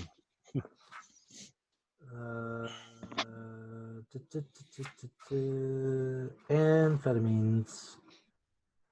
Yeah, so apparently you can just pop it whenever because it doesn't have like a 12-hour or 5-hour limit or anything like that. So you was pop it it and then taking it goes into attack effect. Does So does the boost that I put on the crossbow still apply? Yeah. From the last round Yeah. of combat? The crossbow. Oh no, that doesn't apply anymore. Okay. The upgrade. Yeah. Yeah. No. So the amphetamine will take a round to kick in. So if you did it now, it would kick in at the beginning of the combat. Okay. Like if Does it take an action, or is it like free? it takes it. You can just pop it as a free action. Throw it in Okay. your mouth. But it would take a whole combat round before it comes into effect. That's how delayed things work. Okay. So. Before we go in, though, I'm going to, as they're looking around, I'm going to just kind of calm my nerves, and I'm going to pull out my sci-fi novel. I'm going to read my favorite passage to myself and just calm myself. Yeah, why not? and I'm going to be looking at the doc going, okay. I just go back to reading. All right, I guess. Okay, so you guys all are going first because you're surprising them, but you're also going first because you have coffee. So, You're right. Coffee initiative. Coffee initiative. 3 actions and 4 actions. I think Go. that puts you all above them. So yeah, you guys will all go first. Well, I don't. And I then- don't have coffee. Nope, you don't. Oh, that's right. Oh, right. Well, That's why I'm taking the still- pills. But you're still going to go first. So this is what's happening because it's a surprise round. You guys surprise them with all the light. They don't get to act in the first initiative or action phase, and then on the second action phase they would get to take their normal actions. So you are still going to act first. So do they get to dodge or not dodge? They do get to dodge still. They're Okay. like, dodging is almost always a thing that they can do. Okay. The only time they can't dodge is if they don't know you're there. Like in Mickey's case, if Mickey takes a shot, they won't get to dodge her because they don't know she's there. So that's why the stealth is pretty impressive. But starting at the beginning, it is actually Mickey's action. What do you want to do, Mickey? Are there any? Are the things in the air? Yeah. They like make some kind of I don't know, noise, like they're like active now. Is that? They Are they are still- reacting to the light. Yeah, they are making noise, so they are Okay. awake. Their wings are flapping, and their wings are their arm span. They just reach out their arms and are flapping. So I'm gonna shoot for one of them. Are they in like mid range? They Or- are mid range. Yeah. Okay, so if I just do like a regular shot, I don't need to take aim, and I'll just get like my regular, Right. like no disadvantage or anything. Correct. Yep. Okay. Remember that as you take an action, if they get hit, then they get to make an attempt to see you. So that's the thing. Yeah. I know we've talked about this before and the other times that we've played, but I don't remember how we. So resolved it. you'll just. I'm sorry. If I do the attack, do I do my other complex action to hide again? Is that how it works? Yes. Yes. Okay, then I'm gonna do that. I'm gonna shoot and I'm gonna hide. Okay. Well, actually, no. So unless they see you, you don't have to hide. Okay. So first, you're gonna But take the shot. Okay. If they do see you, then you have to Then hide I again. can hide. Yeah. Okay. I will shoot just regularly. That's a, oh my gosh, that's failure. It's a 96. I'm going to call a time paradox at this point because I just feel like having a fun little thing. So in my novel that I just read, it basically is Mandalorian fighting stormtroopers scene, and so in my deja vu mind, I just picture her kind of like the Mandalorian coming out and shooting and just spraying, and I'm like, wait, that's not how it went. And so yeah, go re-roll that. Go ahead and re-roll. You're muted again. You're muted. That's a regular success. Okay, that's a success. Since they don't get to dodge because they don't know you're there, they get hit for damage. Then you're gonna roll your it's a opposed roll here for your stealth. Okay, so should I do the damage first? Yes, do the damage first, and then Okay, we'll do the damage stealth. is 2d4. That's 3 Okay. points of damage. You're That's why I was reading the book to remind me of the paradox. the arrow passes through part of its wing, cuts part of its wing. There's some damage to its wing. Okay, and now I do a stealth. And now you roll the stealth because they're trying to figure out where that came from. That's a 30, which is, I keep losing it. A great success. Okay, they don't see you, so you don't have to hide for your action. So you can take one more complex action that isn't an attack. Hold on, let me put that really quick. Complex action. And she's I'm gonna top take of the aim, second. so my next attack Okay. will be with advantage. Yep. And so she's got 4 actions. So she doesn't. She would just take it at the end, not the beginning, right? No, so she gets 4 action phases. So we haven't even gone through Yeah. her first action phase yet. Okay, cool. 2 complex actions is 1 action phase turn Okay, action. awesome. Okay, so then it goes to skipping these guys. Goes to the scientist. That's you, Doc. That's you, Oh. Doc Ross. Sorry. I heard something else. Sorry. So great. I will pull out my revolver and I will shoot one because they told me not to explode anything. So let me just try and shoot something. Nope. Fly wide. Pink, pink. It pinked off something. One of the drums. Just the ricochet rim shot sound. Yep. Okay, Maggie, it is your action. I am going to. I am going to actually not enter through the door. I'm going to be sort of taking cover on the side of the door, looking in, and I'm going to take my action and actually do the upgrade thing on my crossbow. Got it. So that's it. I rolled crafting for that or mechanics. It's mechanics in this case because it is a firearm Ooh. deal. Quick question. Are Yeah. they considered alive? Everything in that room is considered alive. Okay. Dope. I have a different action then.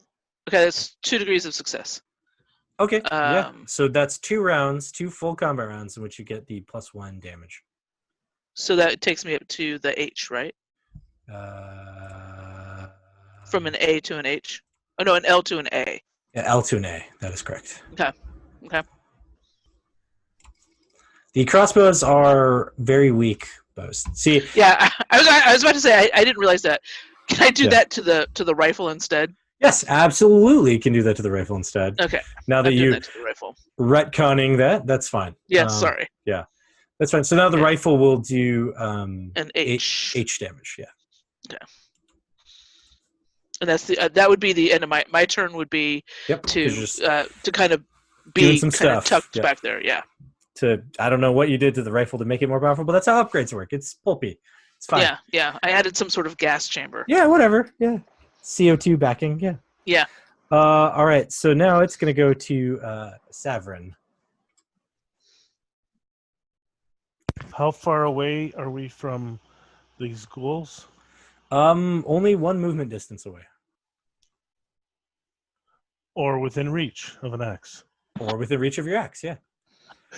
All right, so I'll take my pill, which does Okay. nothing this round, Does nothing this round, yeah. and I will slash it with the axe, my fireman's axe. Okay, so you're gonna just slash at one. Go ahead and roll your attack with his, which is in this case, blades. Now, in this initiative round, or whatever it's called, Yep. is Action there phase. anything else action phase? Is there anything else I can do to get a bonus to hit? You can do. So there are things that you can do. Sorry, you can. Movement doesn't have to be the other thing you do. You can do a called shot where you give yourself disadvantage, but you get to add additional damage to what you do, or you can take aim and get yourself advantage, meaning that you'll hit better. Sorry, what? So if I take disadvantage, what do I do? So you can do called shot vitals, right? It's one of the called shot actions. What you have to do is you I have thought you said that Mickey's the only one that can do called shot in our group. no. Oh, Everyone can do called shot. cool. It's just I can do called shot even at disadvantage. yeah. So what it does is Yeah, that's different. Yeah. when you choose called shot, you automatically give yourself disadvantage on your attack. But if you're doing called shot vitals, then you need to get a great success or higher. If you do, then you increase your damage code by 2. So in your case, using the axe, you would deadly. if you succeeded, you'd be doing deadly? yeah, it would be devastating. You'd be doing Devastating. 2d8 plus 7. You know what? I think I'm going to try that just for fun because why not? That is 2d8. Okay. So you're gonna roll. Yeah. Give yourself advantage, and you need a great success or higher to hit them with that extra damage boost. So I get disadvantage? You have to, you have disadvantage on the Okay. attack, and you need a great success or higher. Okay. All right. Oh my goodness.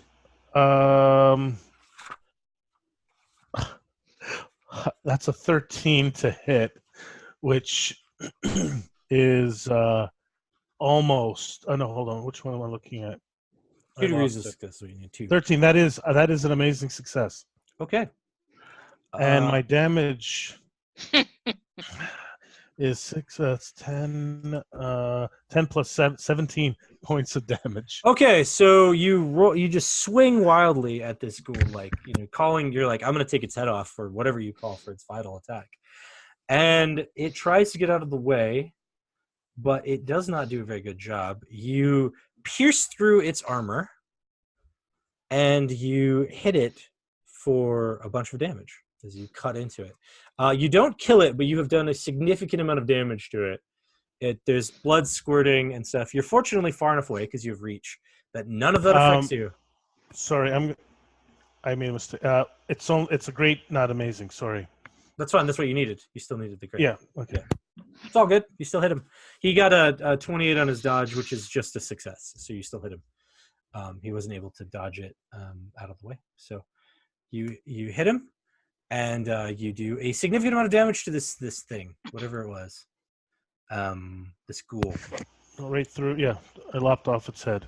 Not entirely. It's still alive. You've cut deeply into its neck. You cut through its armor because it was still wearing body armor, and you cut into it. So your axe is like cut into it deeply. Just like I said, there's blood and stuff. There's a lot of them, and I didn't kill one in a hit like that. Oh boy. Nope. There are 5 in this room. Oh, that's gonna be fun. Okay. They are wearing body armor, but you cut right through it. So that ends the action phase 1 because you surprised them. So now we go to the next action phase, and I -5 from everybody. So still going. It's still Mickey's turn to act next. I'm gonna do the same thing. Since I did take aim last time, I'll get advantage on my shot to the same thing that I hit last time. All right. Okay. Slamming down. So the answer to my earlier question is the bonus action comes at the end. Yeah, she'll get Mickey's an gonna extra. have one more action she's at the gonna have end, an extra phase, not at the beginning. Yep. Right. I wanted to. That's what I was asking. Oh yeah. No, it'll be at the end. Yep. But what'll happen is she'll act and then she'll act again. Yeah. Because Yeah, I didn't know if because I didn't know if the threshold was at the 15 and therefore everybody above the 15, or if it's straight subtract. So it sounds like straight subtract. So Yeah. I got my answer. Thank you. I got an amazing success on that. Okay. Shot. Amazing success. Let's see if they dodged. Well, I'm hidden, right? So did I? Oh, yeah, that's right. They don't dodge. Yeah. Right, yeah. Okay, so then you hit for your damage. Is 3 again. Okay. And then you have to try to hide. Yeah. Like to see if they see you. So it's the opposed roll. And that is just a normal success. Okay. They 55. The perception is a normal success. They do see you now. So I can use my other action to hide. Now you can hide. Yeah.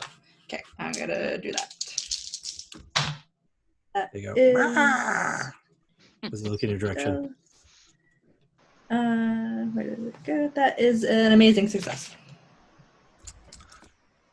Okay, cool. Yeah, they'll have to spend time looking for you. That's what'll happen now. Okay, jumping down, it goes to actually no, because you guys have some bumps ups. So it goes to you, Dr. Ross. You're next. Okay. In my deja vu, I'm not actually using the skill, but in the scene of the first round playing, I then see myself making a stink bomb. I'm like, oh yeah, I should have done that first round. Okay, so I'm going to go and make myself a stink bomb, and I'm going to go over and pop it into one of the hollow chamber arrows that Mickey has and say, shoot him into the densest. Command. So I'm going to use my command on her.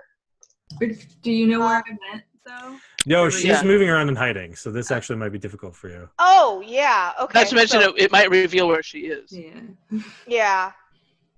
yeah. So you actually would have to Make a find new her. check because I don't see her right now. Yeah, you'd have to find her first. You'd still get to be able to create your stink bomb, but then you'd have to look for her to find her to give it to her. But she might move again before you get to her. That's what she does. Okay, I'm sorry, Severin, but apparently we don't like you very much, so you're swinging around an axe blade, right? Yes. Okay, I'm making the stink bomb and running up, and since Severin seems to be running into the midst of them, the tight midst of them. I'm Well, he's I'm a little bit short away. range. Yeah, I'm he's not actually close to them. he's actually a movement away from them because his wax can reach out, so he just reaches out. Oh, with it well, to hit that's them. even better. Not to mention he can throw things telekinetically. Well, if you could tell, if you He's still levitating a grenade, by the way. Yeah, Oh right.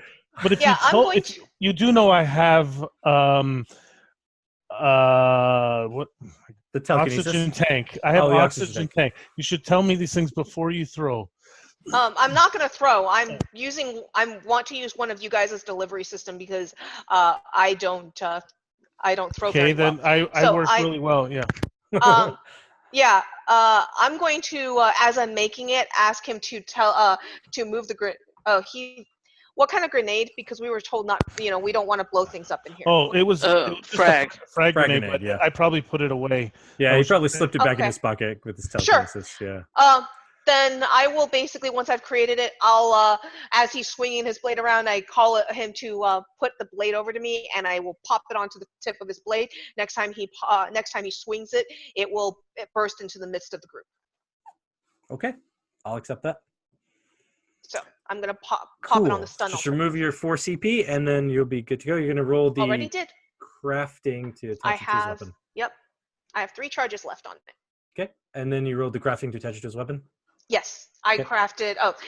Sorry, it was a 32 is what I rolled. Okay. 32 is on the dot for second run, second success. Great success. Yeah, perfect. Okay, it's attached. Just getting it duct taped on there, whatever. Mhm. You're attaching that Bubble stuff. gum. Yep, exactly. Okay, and then you put it on the blade, so when I hit them, the blade It breaks. blows up. Yep. I put it on the blade tip. just a glass vial, whatever, it'll break. Yeah. Okay, Maggie, it is your action. What do you want to do? I am going. So you can't aim and shoot in the same. You can. Action, right? You actually can aim and shoot in the same action. Oh, then I would like to aim. Okay. That gives me advantage, right? Yes, it does. Or if I was. So if I was originally going to be rolling at disadvantage, that just makes it neutral, right? Correct. Okay. So I am going to aim at the bat thing that Mickey's been trying to hit. Yeah. And I am going to shoot at it. Okay. And I am going to be spending a luck on that one. Sure. There's not a good shot there. And that is a look at this.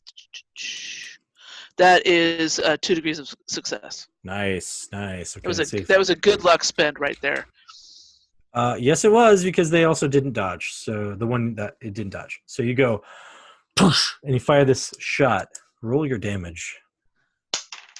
That is 8. Nice. Okay, so you hit it for 8. It goes. It gets hit in the body. It screams and lets go and drops forward toward the ground. It takes 4 damage. Okay, so as it hits the ground, you hear something sickeningly crack. It is not dead, but it is definitely severely injured and probably going to die soon. There are 2 more of these, however, and you guys will have to deal with that. Yeah, and I'm staying in my position, kind of in cover on the side. Yeah. And so now it goes to them. They're going to try. The one is going to try to get up and start moving, but it is hobbling.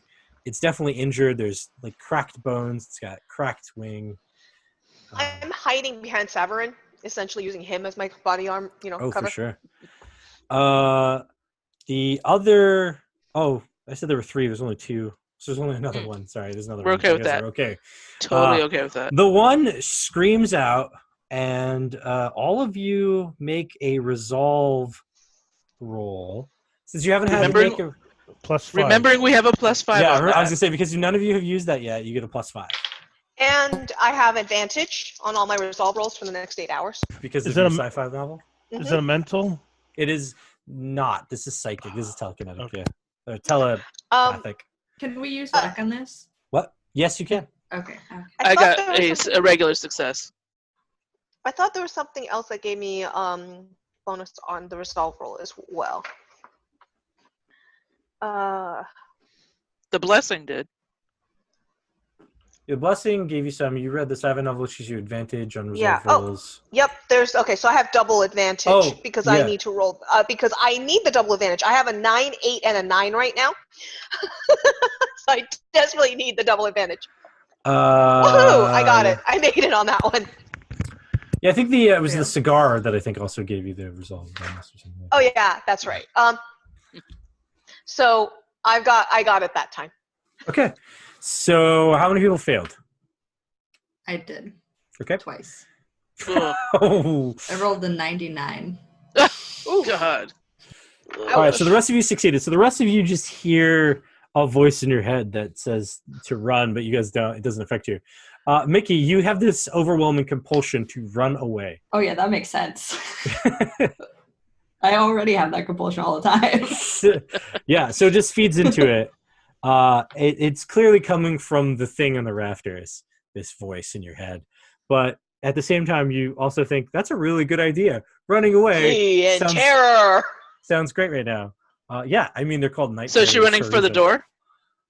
Yes. Is she running for the door? That would be her action. When it comes to her, that's what she'll... So will I move, since I'm fleet-footed, will I move really far away next time? Mm-hmm. Okay.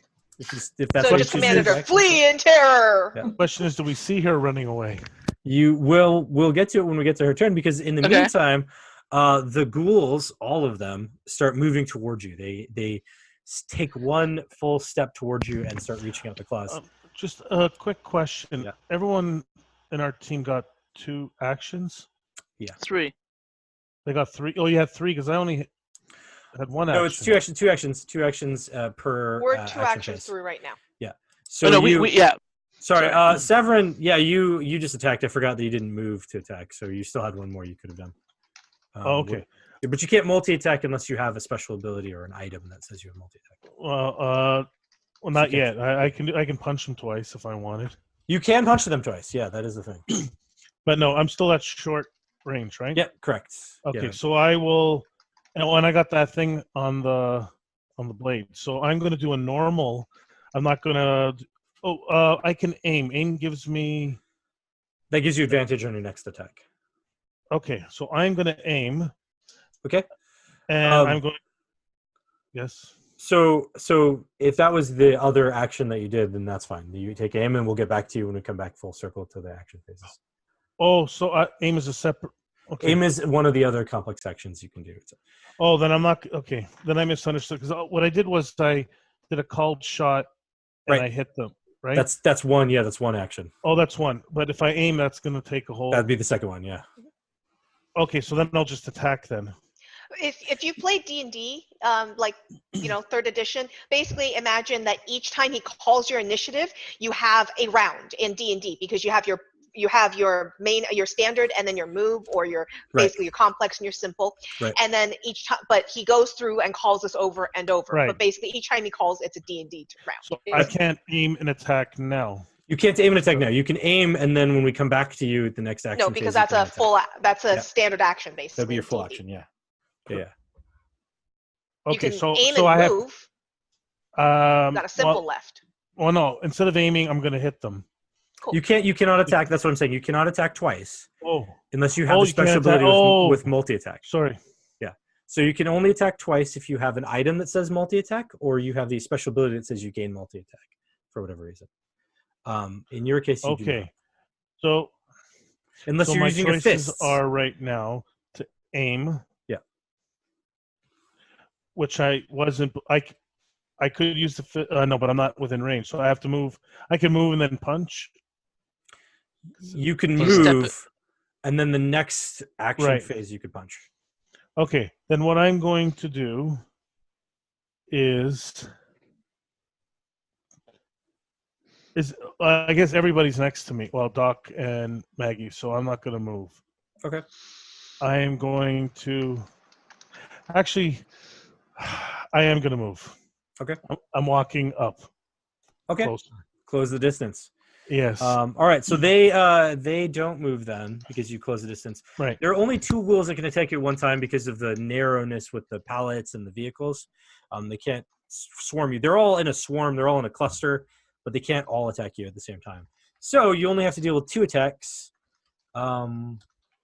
You're getting attacked from 2 different creatures, so you'll have to make so this is a cool thing you get to do. You get to make a defensive action versus these attacks. You can either dodge or you can parry. And in your case, you're very much better at parrying their attacks than you are dodging. So I would recommend choosing to parry, in which case you would just roll your blade's skill to parry them with your axe. Does that make sense? 10. Okay, so the first attack was amazing.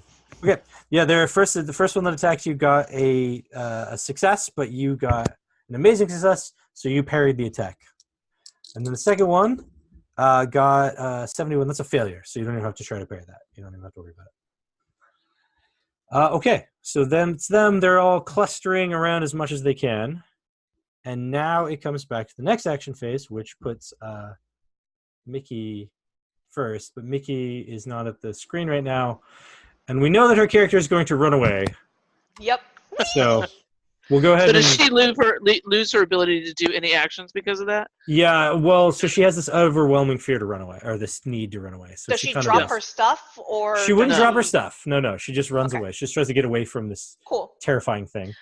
So Because if you she has guys to do drop see that her. speaker, I think I might have to roll a save. Yeah. No, she's fine. Cool. She probably already pocketed it anyway because she has to use 2 hands for the bow. Okay, cool. Right. Good. So anyway, she is going to move away the distance, a decent distance. You all see her moving. But is she coming out the rolling door? Do you have a? Yeah, that's the only way Is out. there- So That's what I thought. Okay, so she's coming out right next to me. Yes, correct. Okay. And then it goes to Dr. Ross. Okay. Okay. I can just picture Maggie being the type to just slap her in the face and go snap out of it. Just hope it's not with the wrench that day. Yeah, right. Okay. Mickey ran away. That was Mickey's action, FYI. By the way, Severin hasn't blown up the hasn't hit with the blade yet, Nope, right? not yet. I haven't had a chance Didn't think to. so. Yeah. T- It was my fault, by the way, for not giving you that second action. I'm sorry about that. I am going to. Ooh. So I'm going to move to one of the canisters, and I'm going to. Yeah, I'm going to take cover behind like one of the containers, and I'm just going to shoot right now. But I've got a knife. Okay. Behind like the Ooh, Humvee or something. I missed again. Shooting is not my strong suit, guys. I can provide cover fire. I'm just providing cover fire. Sounds good. Yeah. You can also take aim. That's something to remember, and then you get advantage on your shot. Yeah, but taking aim's not going to improve me by that much. It gives it me what 5%? No, it's Gives you advantage. Oh, advantage. Oh, okay. Yeah, I'll start taking aim. Sorry, I thought it was 5%. And I think Scott just froze up Yeah. on me. I don't know about anybody else. Yeah, He's I frozen froze on up. me, too. Everyone froze up at the same time, but I can still hear you. Back. It's okay. Welcome back. Okay, so you fire and miss. Down again. Out again. So while he's gone, let's Yep. let's do some sort of like, I don't know, smoke bomb thing that causes all of them to be paralyzed, but not us. And then Well, I have that smoke bomb waiting to be hit. Yeah. The Okay, what smoke does bomb's it been what does made. it do? What does it do? It's a stun bomb. So when that bomb goes off, it's going to do that. But Oh, I it's- put it on his blade. It's a stun bomb. I thought you said Yeah. it was a stink bomb. It is a stink bomb. It says as an action, alternate create stink bomb quote in quotes, which is a stun bomb. Okay. Stink bomb See, I is don't a have stun bomb. I don't have the explanation, so I just thought it was going to make a really foul smell and maybe obscure their vision further. Oh, it's going to make Yeah, a really foul a stink. smell, and The then they have stink to bomb make... is a stun bomb. So when it goes off, Great. All right. Yeah. Sorry. I was just plotting behind your back, Scott. Well, we couldn't see you. I know, it was funny because you were plotting. I could hear you guys. I can still hear you. And you were plotting exactly what she's already Okay. planned. I was like, well, that's fine. Great. well, no, it's actually been pretty cool because Susan and I seem to have very similar thoughts on things, and we just We do too. we just tag off on who's got the initiative to say it that time. Right. All right. I forget whose turn it is. Sorry. It is, so it was just the scientist. It becomes your turn, and then we go to Ross. monsters.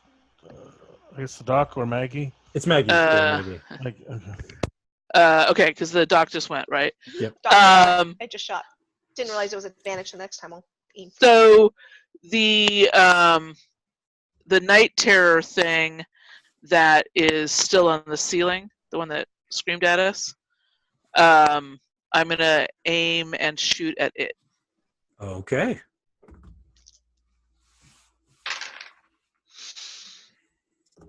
Oh, wow! That's they were both exactly the same roll, and that is awesomely a amazing success. No, wait. No. It's just a great success. That's all right. It rolled a regular success to dodge, so you hit it. Okay. And I still have this round with the booster on my gun. Yeah, it actually hasn't been a full combat round yet, so you still have that for a while. Oh, awesome. Yeah. Great. So that was a 7 damage. Okay, cool. You hit it for 7. It shrieks again, but it's not the same kind of psychic shriek. It's like a pain shriek. It didn't dodge out of the way because it just failed that. So, ow. -7. And then I'm going to tuck myself back into cover. Yeah, for sure. Okay. 'Cause I have no idea what the hell. All right. Now it goes okay. So the one thing that's up on the roof just takes off, and it flies through the window. You guys just see it running away, flies through the window, breaks a window out as it goes, and just flies out into the sun. It screams in the sunlight because it doesn't like the sunlight. But it just screams and flies away. The other one limps closer and is kind of up behind all of the others, right about the time that Severin gets to make an attack.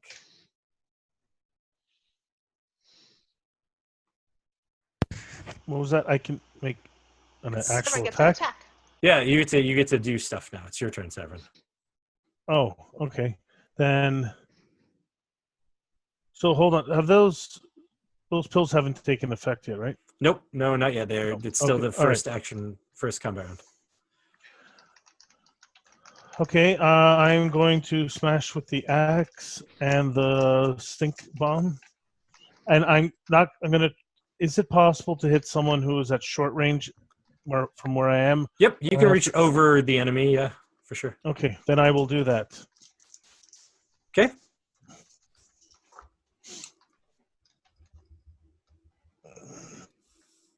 That is only threshold, so I only one success. That's right. They got a 45, which is a failure on the dodge. So you hit. Do some damage to them. Eight damage with the axe. Okay, 8 damage. Minus 8. And as you hit, tink, and the smoke bomb goes off. Poof. So you hit at short, right? That's what you said? So it's, yep. Okay, cool. Great. What's the range on that? So the stink bomb is short range, so it will hit you, but it won't hit anyone past you. But it'll hit all of them and the thing that snuck up behind them. Let's see. That's a failure. That's a... Where are you? Resilience. Did not have resilience on these guys? Okay. That would be a success. Oh, am I able to turn on my oxygen tank? So, in this case, not. Oh, yes. Sorry, you attacked. What am I doing? Yeah, you still get another action. You could turn on your oxygen tank if you wanted to. As your second action. So now I'm assuming that will make me immune. Yes, you won't have to make the roll to the stink bomb. Yep. Okay. All right. So the stink bomb goes off, and all but one of the ghouls drops. You don't have to make a attack, Severin. Just smoke comes up over your face. They all drop down. They're stunned. They basically lose initiative. So I'm going to go ahead and hand wave the rest of this fight, because essentially it's going to be Severin and one ghoul fighting while the rest just get killed off by the rest of you guys, so they don't get to take any actions. Because their initiative all drops by 5, which makes the ghouls not be able to do anything, and the Night Terror is practically dead anyway. So, Severin, how do you epically kill this one ghoul that manages to withstand the stink bomb? I'm guessing it's sort of choking a bit on the stench, and I will cleave into its throat to stop it getting any air, I guess. All right, chop into its throat. It can't breathe. It chokes out on its own blood and falls to the ground. The rest of you all pick off these ghouls and monsters one by one. Now, Great. Awesome. you guys are able to gather up as much stuff as you want. The Humvees that are in there are running, so they're not running, but they work. There's no parts taken out. Mm-hmm. What you realize is that the parts that have been cannibalized from the other ones are in these Humvees. This must have happened before they went all dead things. How much are they full on gas? They are full on gas, and they have extra gas. Yeah. The canisters have extra gas on the outside. They had 5 Then I canisters. say we or 12 canisters. say we take 2, get 2 ready to leave. Fill out Yep. the supplies, the pallets. You're Yeah. able to gather up Well, all the we supplies also- you want. Well, we also need to go and talk to that doctor, which if you want to just, speed us through talking, it sounds like he has been experimenting in not so kosher ways. But we're trying to get the cure to the Z virus as well. Correct. Yes. He was working on that. So Yep. you're actually not able to talk to the doctor because of the time crunch. There's the last bit of stuff in this particular adventure is a giant sonic worm that had burrowed underground, which is why all the ground is tossed up behind the building. Before you actually get a chance to talk to the doctor, there is an earthquake of some kind, which I don't know how many. No. Ooh. The I was worst like, thing. is it Mickey? Mickey, are you the seismic cataclysm thing? Yeah, that's what I thought. So for you, it's like, Uh-huh. oh, I should mention that I need to make a resilience check versus knockout first. Because For the amphetamines. Oh yeah, for the amphetamines. Yeah. Even if 3 rounds are going to pass, Right. unless Make the resilience roll. I'll tell you what happens. Yeah. And just for kicks, I'm slapping Mickey. What did I do? You got scared and ran away. He got scared right away. I'm just making sure you're okay. Question is, did you slap her with the wrench today or without? No, I slapped her gently. Can't help it, I just need to go. I hit the threshold, so success. Okay. But are the 3 rounds going to pass before we? Yeah. So the since the combat's over, it'll go into effect after a minute. It'll be a while, but it'll come out. You don't get knocked out. You do get stunned. So you get slowed essentially. You're just kind of like, whoa, okay, guys. Like you're woozy, but you're fine. You're not unconscious. You didn't get knocked out. But before you guys can get inside there's this earthquake, and the whole building over there starts to collapse. As it starts to collapse on itself, you see scurrying out from underground. You see like movement from the ground underneath, and up pops like a thing and then dives back down. It is a sonic worm, which is like the Tremors creatures, like this Tremors worm. So the lab just caves in on itself. There's no way you can talk to that guy or find out what he was up to. But you should probably leave because obviously sound is a thing that this thing is attracted to. However, we got all this stuff. you got all this gear. I was about to say, I would like to at least hook up the pickup truck to tow behind one of the Humvees so we can load as much crap in there as possible, including the folding chairs. Really committed to the folding chairs. You're able to grab a whole lot of stuff, as much as you can carry in the vehicles, and return home. On your way home, you're able to avoid the wall bandits. and the bandits, and you now know they're there, so you can definitely mark that on your map and be like, there's bandits over there. We should be careful. Yep.